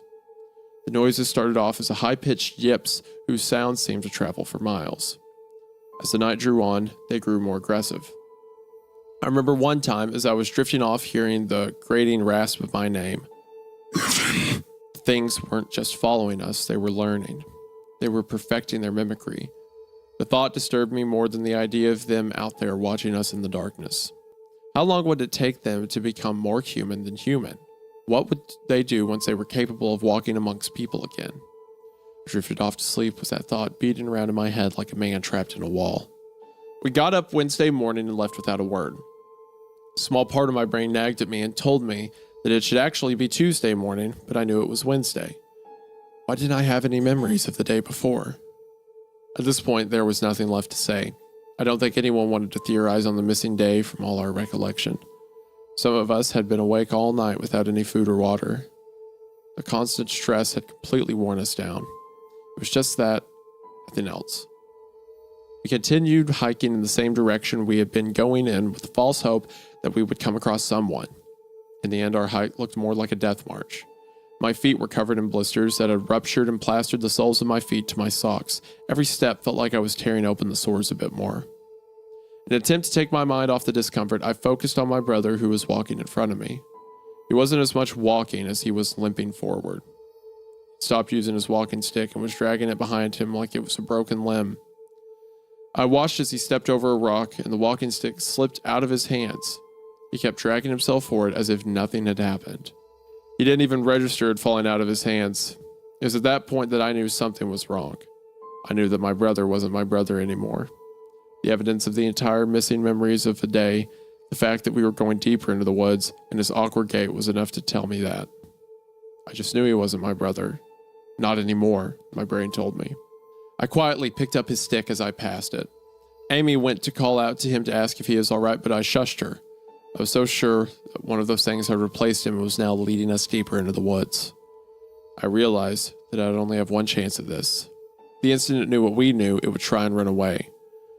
All it would take was one good swing to the back of its head, and we would be able to take one of those things. The sturdy stick had a bit of weight to it, about 5 or 6 pounds, enough to crack open a skull if it was swung hard enough. I began walking faster while trying to avoid the underbrush that might give away my approach. The thing wearing my brother's skin continued lipping forward as I drew closer. I waited until I was within swinging distance before raising the walking stick above my head. My heart was beating in my chest and my palms were so sweaty that it felt like the stick would slide right out of my hands. I kept on moving forwards, completely unaware of what I was about to do to it. I whispered, I'm sorry, just before I swung the walking stick down with all my strength. Ian turned to face me as he mumbled groggily. Sorry for what? My muscles locked and I stopped mid-swing and the stick stopped just inches away from his face. He blinked in surprise before muttering. Evan, what's wrong? His voice sounded distant and empty, like he was in between a waking and sleep state. It was then that I knew the extent of his condition. He was pale and looked like the slightest breeze would blow him over. He wasn't one of those things. He was delirious from dehydration, sleep deprivation, and starvation. The walking stick fell out of my hands and bounced on the ground next to us. Dragging my tongue across my lips, and I felt I was licking sandpaper. I whimpered. Jesus, Ian. I thought you were one of those things. Oh, God. I'm so sorry. He didn't react to my apology. He just turned around, continued walking in the direction we were going. Amy just watched everything unfold numbly before she started following him. Amy's a new character, right? 100%. I think Amy's just a made-up name. Yeah, because there should just be 3 of them now, right? No, because I still have the other 2. I thought it was Evan, Ian, and Sarah. Or Jessica. No, Jessica. Sarah was one of the monsters. And then there's Oliver and his girl. Okay. But I don't know if her name's Amy. I can't remember what her name is. Anyway. Everybody knows that if you surf the web long enough, you'll see some sick shit. This is especially true if you intentionally dwell into the dark underbelly of the internet. I've seen quite a few things I don't care to admit. But one thing that I'll always remember is a site called normalcornfornormalpeople.com. The first strange thing about this site was that I didn't find it by actually looking for it. It was emailed to me by someone I didn't know. The email was as follows. Hi there. Found this site is very nice. Thought you might like normalcornfornormalpeople.com. Pass it on for the good of mankind. Pretty standard issue chain letter, although the URL and the last remark really piqued my curiosity. I was having a very boring day when I got this, so I made sure my antivirus was working, and then I clicked on it. It was a very average, very generic looking site. It gave the impression that the creators just barely gave a shit about making it look professional. The authors seemed to have a very tenuous grasp on English, and on the front page was a long, boring, and incoherent rant that I don't remember or have saved. The site had a strange tagline, which even today people haven't figured out the meaning of, which was... Normal Corn for Normal People, a website dedicated to the eradication of abnormal sexuality. And from the sound of that, I wasn't sure whether I was here to watch corn. That's so fun. I wasn't sure if I was here to watch it, or if I had stumbled onto some kind of eugenics program. But I was here now, and I was very, very curious to see what normal people get their rocks off to. So I scrolled down through the rant, and nothing. Page didn't seem to link anywhere else. And I was about to leave when I noticed every word of the rant was its own hyperlink. Ooh, I like that. First off, I just want to say, just to interject, I just want to say that getting this kind of email too is, I really liked how casually he's approaching, you know, the aspect of being like, oh, someone sent me this, and as just like a goof, I said, like, you know, I checked it out. Yeah. But honestly, that's like, it's a pretty fucking horrifying thing to get an email, or like to get a message of. Yeah. It's also so not threatening that it feels threatening in my eyes. Does that, you know what I mean? Like, it's like, you know, normal corn for normal people. It's fine. Yeah. It's not, I mean, it's not weird stuff on here. It's normal. I mean, the concept alone raises weird questions, right? Like, what would you define as normal, right? Or why is there a website dedicated to it? It makes me like, a lot of people have commented on this story being like, I would assume a title like this would be like some weird gay conversion thing or something like that, right? Yeah. That's what you kind of the train you're expecting it to go down. But I don't know where this story's going to go, Hanya. It could really be anything. Maybe that's what it's I'm just a about. baby. I'm a little baby. Mommy want milky. Baby want milk. That is a wild accusation.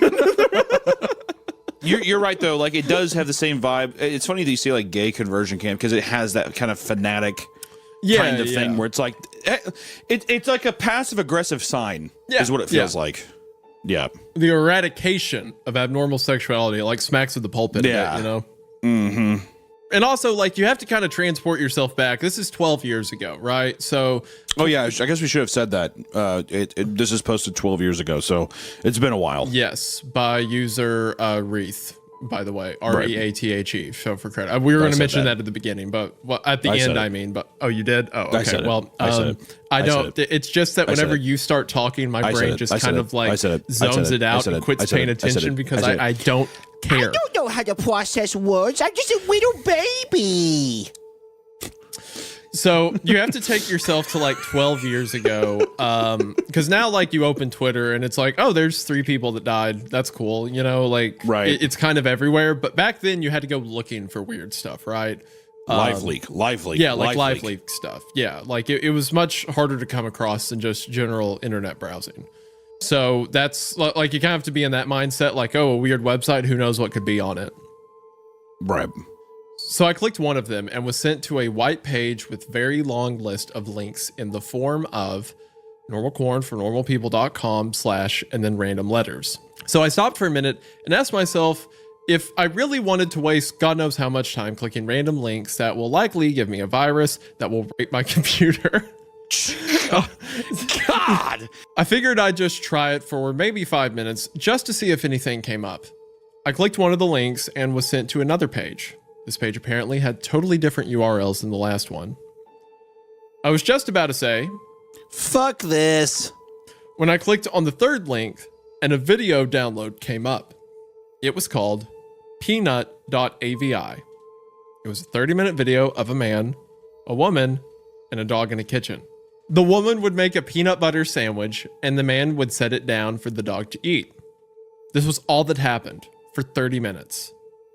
It was obvious that the cameraman had to stop filming and wait until the dog was ready to eat again, and the dog seemed rather sick by the end of it. I know what you're thinking. What the hell does that have to do with corn? I have no clue. I've seen a little over 24 videos from this site, and the majority had no sexual activity at all. After watching peanut.avi, I went on a certain image board I frequent to play online show and tell, like I always do with weird shit like this. But someone had already made a thread about it. Some guy who had received the same chain letter I did. The image board thread got lots of people with nothing better to do dig through the site. That's how I saw other videos.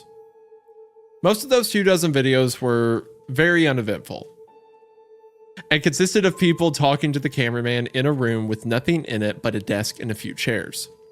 I mean, literally nothing on the walls or in terms of furniture. The whole room had a very cold, sterile feel to it.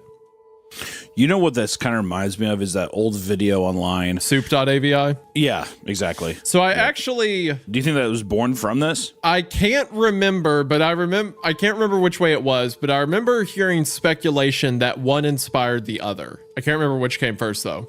It's interesting. They're reading definitely the same. Like, even just so far with the peanut butter, like, of the... Because the thing with the soup.avi, whatever, is that it's so... Like, it's nothing happens to the point where it does feel like a snuff film. Like, it feels like this is a video we should not be seeing kind of thing. Even though nothing explicit truly happens, it's so uncanny and, like, just vile. It's odd. I think it's far more menacing to me that it's so... I mean, we're going to get to more intense stuff, but it begins so sterile, right? Like, what could possibly be the motivation of a dog eating a sandwich, right? But it, like, I don't know. I mean, the honestly, I'm implications very and bought stuff in right feel now. very, very weird, you know? I'm very, very bought in. I love these old stories too because they read so much like actual social media posts or forums Yeah, or like blogs this thing or happened something. to someone. Yeah. I really appreciate the, like, I don't know, the maybe legitimacy is the wrong word, but it feels very sincere. That's right. I think it feels legitimate. Like, it actually, like, sure, it's fiction, but it feels like unfiction almost, you know? Yeah. No, definitely. Yeah. The conversations were just idle banter about previous jobs or embarrassing childhood moments. I kept expecting some kind of discussion about what the people were filming or what the site was about, but of course, nothing. You would never know these videos had anything to do with corn if you saw it out of context. I will say one thing though. The people who appeared in these videos were quite attractive. However, the other videos that actually did feature content, which I suppose could be called sexual, is where things got weird. I'll give a brief descriptions of the stranger videos. If you're really eaten up with curiosity, you can try to hunt them down on a torrent site. First up, lickedclean.avi. A 10-minute video filmed by a hidden camera in which we see a repairman working on a washing machine for the first 2 minutes. When it's fixed, the repairman talks to the owner briefly and then leaves. The owner checks to make sure the repairman is gone. He begins to lick all over the top of the washing machine. This goes on for 7 minutes. Ugh. Isn't this like so much worse than just like normal snuff film stuff, you know? Well, you know what's weird? It's like, which I don't want to get ahead of myself, but so far, even like the vignettes or how it's set up, I kind of like it more than 1999, if I'm being honest. Really? I think so. I mean, like the deal with 19. I mean, I'll redact that statement. It's the first one, but I feel like I'm a little more bought in, if I'm being honest. Okay. I respect that. You did get taken out of 1999 a little bit whenever he talked about his personal life and stuff like that. Well, even just the aspect of like, oh, it's in his basement. It kind of has the Poughkeepsie Tapes vibe, which I like, but it is very like one note of like, it's like a guy, like a kidnapper who is recording these things. And I feel like we're getting ready to, it feels like we're being propelled into various odd, live leaky kind of videos that is going to go all over the place. For such a shady looking game cartridge, I was impressed at how smoothly it ran. Literally just like a retail copy of the game, save for a few minor hiccups here and there. Like textures being where they shouldn't be, random flashes of cutscenes at odd intervals, but nothing too bad. However, the only thing that was a little unnerving was that at times the NPCs would call me Link, and at other times they would call me Ben. I figured it was just a bug, a fluke in the programming causing our files to get mixed up or something. It did kind of creep me out though after a while, and it was around after I had beaten the Woodfall Temple that I regrettably went into the save files and deleted Ben. I had intended to preserve the file just out of respect of the game's original owner. It's not like I needed 2 files anyway, hoping that would solve the problem. It did, and it didn't. Now NPCs wouldn't call me anything. Where my name should be in the dialogue, there was just a blank space. My save file name was still called Link, though. Frustrated and with homework to do, I put the game down for a day. I started playing the game again last night, getting the lens of truth and working my way towards completing the Snowhead Temple. Now, some of you more hardcore Majora's Mask players know about the 4th day glitch. For those who don't know, you can Google it, but the gist is that right as the clock is about to hit 0 on the final day, you talk to the astronomer and look through the telescope. If you time it right, the countdown disappears and you essentially have another day to finish whatever you were doing. Decided to do the glitch to try and finish the Snowhead Temple. I happened to get it right on the first try and the time counter at the bottom disappeared. However, when I pressed B to exit the telescope, instead of being greeted by the astronomer, I found myself in the Majora boss fight room at the end of the game, the trippy boxed-in arena, staring at Skull Kid hovering above me. There was no sound, just him floating in the air above me, and the background music, which was regular for the area, but still creepy. Immediately, my palms began to sweat. This was definitely not normal. Skull Kid never appeared here. I tried moving around the area, and no matter where I went, Skull Kid would always be facing me, looking at me, not saying anything. Nothing would happen though, and this kept up for around 60 seconds. I thought the game had bugged or something, but I was beginning to doubt that very much. I was about to reach for the reset button when text appeared on my screen. You're not sure why, but you apparently had a reservation. I instantly recognized that text. You get that message when you get the room key from Anju at the Stockpot Inn. But why was it playing here? I refused to entertain the notion that it was almost as if the game was trying to communicate with me. I started navigate the room again, testing to see if that was some sort of trigger that enabled me to interact with something here. Then I realized how stupid I was to even think that someone could reprogram the game like this was absurd. Sure enough, 15 seconds later, another message appeared on the screen. And again, like the first one, it was already a pre-existing phrase. Go to the lair of the temple's boss? Yes? No. I paused for a second, contemplating what I should press and how the game would react, when I realized that I couldn't select no. Taking a deep breath, I pressed yes and the screen faded to white, with the words, Dawn of a New Day, with the subtext, all eyes beneath it, or at least all lines. Where I was ported to filled me with the most intense sense of dread and impending fear I had ever experienced. The only way I can describe the way I felt here is having this feeling of inexplicable depression on a profound scale. I am normally not a depressed person, but the way I felt here was a feeling that I didn't even know existed. It was such a twisted, powerful presence that seemed to wash over me. I appeared in some kind of weird Twilight Zone version of Clocktown. I walked out of the clock tower, as you normally do when you start from day one, only to find that all of the inhabitants were gone. Usually, with the 4th day glitch, you can still find the guards and the dog that runs around outside the tower. This time, they were all gone.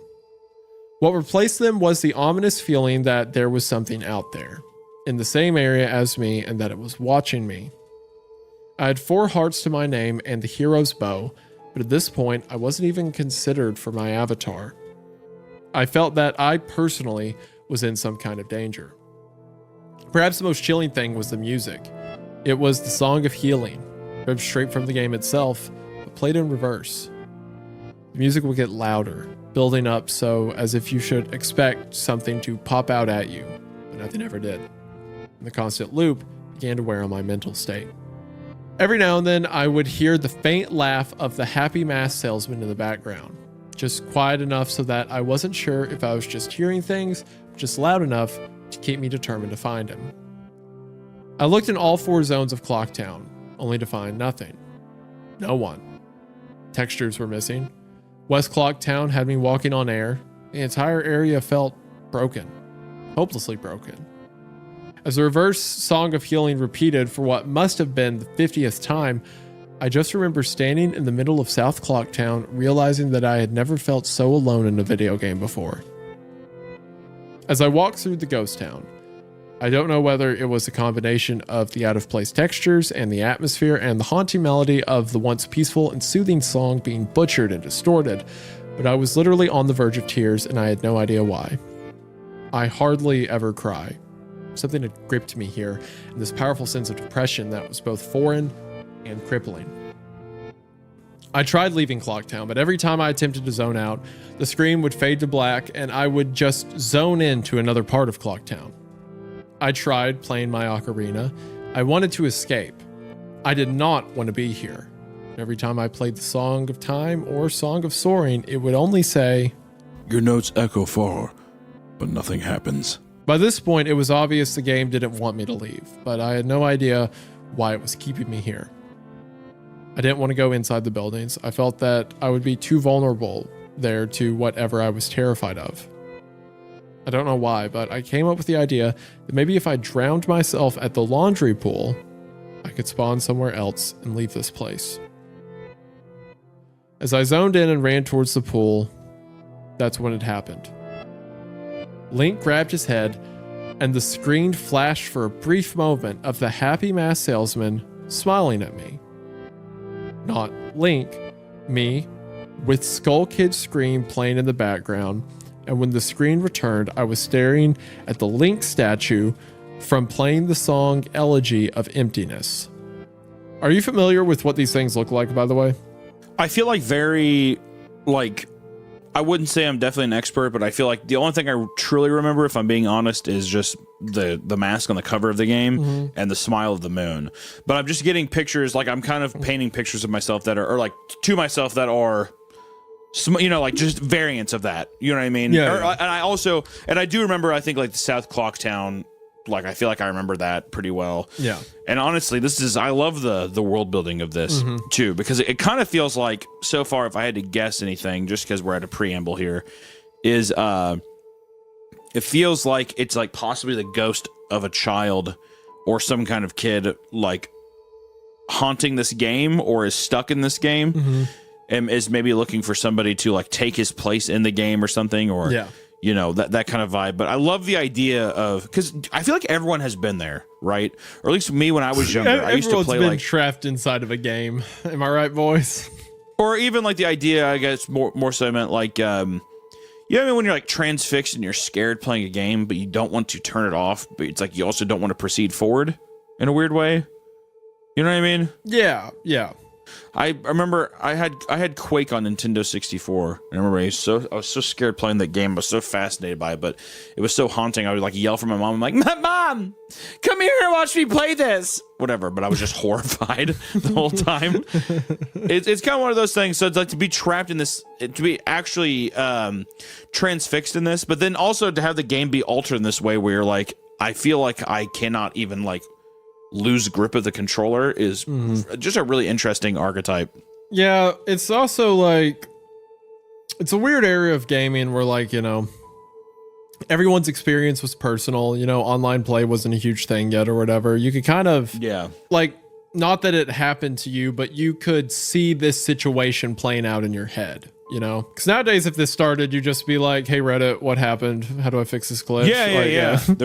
There's like really no exploration to it. Yeah. There's also something interesting of like owning someone else's game cartridge or something that's like theirs. You know what I mean? It's almost like buying a house to somebody who died or something. The same way that also whenever you delete someone's save file, it's almost like you're deleting their memory or their soul off of this thing. And that's just, it's so like, I don't know, cheesy, but I also love that idea of just like a horror concept. Yeah. I think so. It's this is better than I remember so far. Yeah, I'm curious. I really don't know where it's going to go, so I'm curious. We shall continue on. I screamed as the thing just stared back at me with that haunting facial expression. I turned around and ran out and back into South Clocktown, and to my horror, the statue followed me in the only way I can compare is like the weeping angels from Doctor Who. Every so often, at random intervals, the animation would play of the statue appearing behind me. It was like the thing was chasing me, or I don't even want to say it, haunting me. The statue, can you explain a little bit why, like what that looks like? Yeah, it's a statue of Link that looks like Link, but made out of clay, almost. By this point, I was on the verge of hysterics. But not even once did the thought of turning off the console occur to me. I don't know why, I was so wrapped up in it. Terror felt also real. I tried to shake the statue, but it would literally appear right behind me every single time. Link started to begin to make weird animations I had never seen him do before. He would flail his arms around or spasm randomly, and the screen would cut to the happy mask salesman smiling again for a brief moment before I was face to face with that statue again. I ended up running into the Swordmaster's dojo and ran to the back. I don't know why, but in my panic, I just wanted some kind of assurance that I'm not alone here. To my dismay, I found no one. But as I turned to leave, the statue cornered me in the cubby in the back. I tried attacking the statue with my sword, but to no avail. Confused and backed into a corner, I just stared at the statue, waiting for it to kill me. Suddenly, the screen flashed again to the happy mask salesman, and Link turned to face my screen, standing upright, mirroring the statue, looking at me along with his copy. Literally staring at me. Whatever was left of the fourth wall was completely shattered while I ran out of the dojo terrified. Suddenly, the game warped me to an underground tunnel, and the reverse song of healing queued up again as I was given a brief moment of rest before the statue started appearing behind me again, this time aggressively. I could only take a few steps before it would summon behind me again. I hurriedly made my way out of the tunnel and appeared in Southern Clocktown. As I ran aimlessly in a sheer panic, suddenly a re-dead screamed, and the screen faded to black as dawn of a new day and the line title card appeared again. The screen faded in, and I was standing on top of Clock Tower with Skull Kid hovering over me again, silent. I looked up and the moon was back, looming just meters above my head, but the Skull Kid just stared at me hauntingly with that mask. A new song was playing. The Stone Tower Temple theme played in reverse. In some sort of desperate attempt, I equipped my bow and fired off a shot at the Skull Kid, and it actually hit him, and he played an animation of him reeling back. I fired again, and on the third arrow, a text box appeared saying, "That won't do you any good, hee hee." And I was picked up off the ground, levitated upwards on my back, and then Link screamed as he burst into flames, instantly killing him. I jumped when this happened. I had never seen this move used by anyone in the game, and Skull Kid himself didn't have any moves. As the death screen played, my lifeless body still burning, Skull Kid laughed and the screen faded to black, only to have me reappear in the same place. I decided to charge him, but the same thing happened. Link's body was lifted off the ground by some unknown force, and he immediately burst into flames again, killing him. This time during the death screen, the faint sounds of the reverse song of healing could be heard. My third and final try, I noticed that there was no music playing this time. That all there was the eerie silence. I remembered that in the original encounter with the Skull Kid, you were supposed to use the ocarina to either travel back in time or summon the giants. I attempted to play the Song of Time, but before I could hit the last note, Link's body once again horrifically exploded into flames, and he died. As the death screen neared its end, it began to chug, as if the cartridge was trying to process a lot of something. When the screen came to, it was the same scene as the first 3 times, except this time, Link was lying on the ground, dead, in a position I had never seen in the game before. His head tilted towards the camera, with the Skull Kid floating above him. I couldn't move. I couldn't press any buttons. All I could do is just stare at Link's dead body. After around 30 seconds of this, the game simply fades out with the message, "You've met with a terrible fate, haven't you?" before kicking you out to the title screen. Upon getting back to the title screen and starting again, I noticed my save file was no longer there. Instead of Link, it was replaced with Your Turn. Your Turn had 3 hearts, 0 masks, and no items. I selected Your Turn, and immediately, when I did, I was returned to the clock tower rooftop scene of my Link dead and the Skull Kid hovering over, with the Skull Kid's laughing looping again and again. I quickly hit the reset button, and when the game booted up again, there was one more save file added below Your Turn, entitled Bin.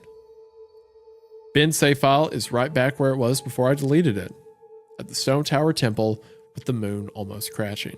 I turned the game off at that point. I'm not superstitious, but this is way too messed up, even for me.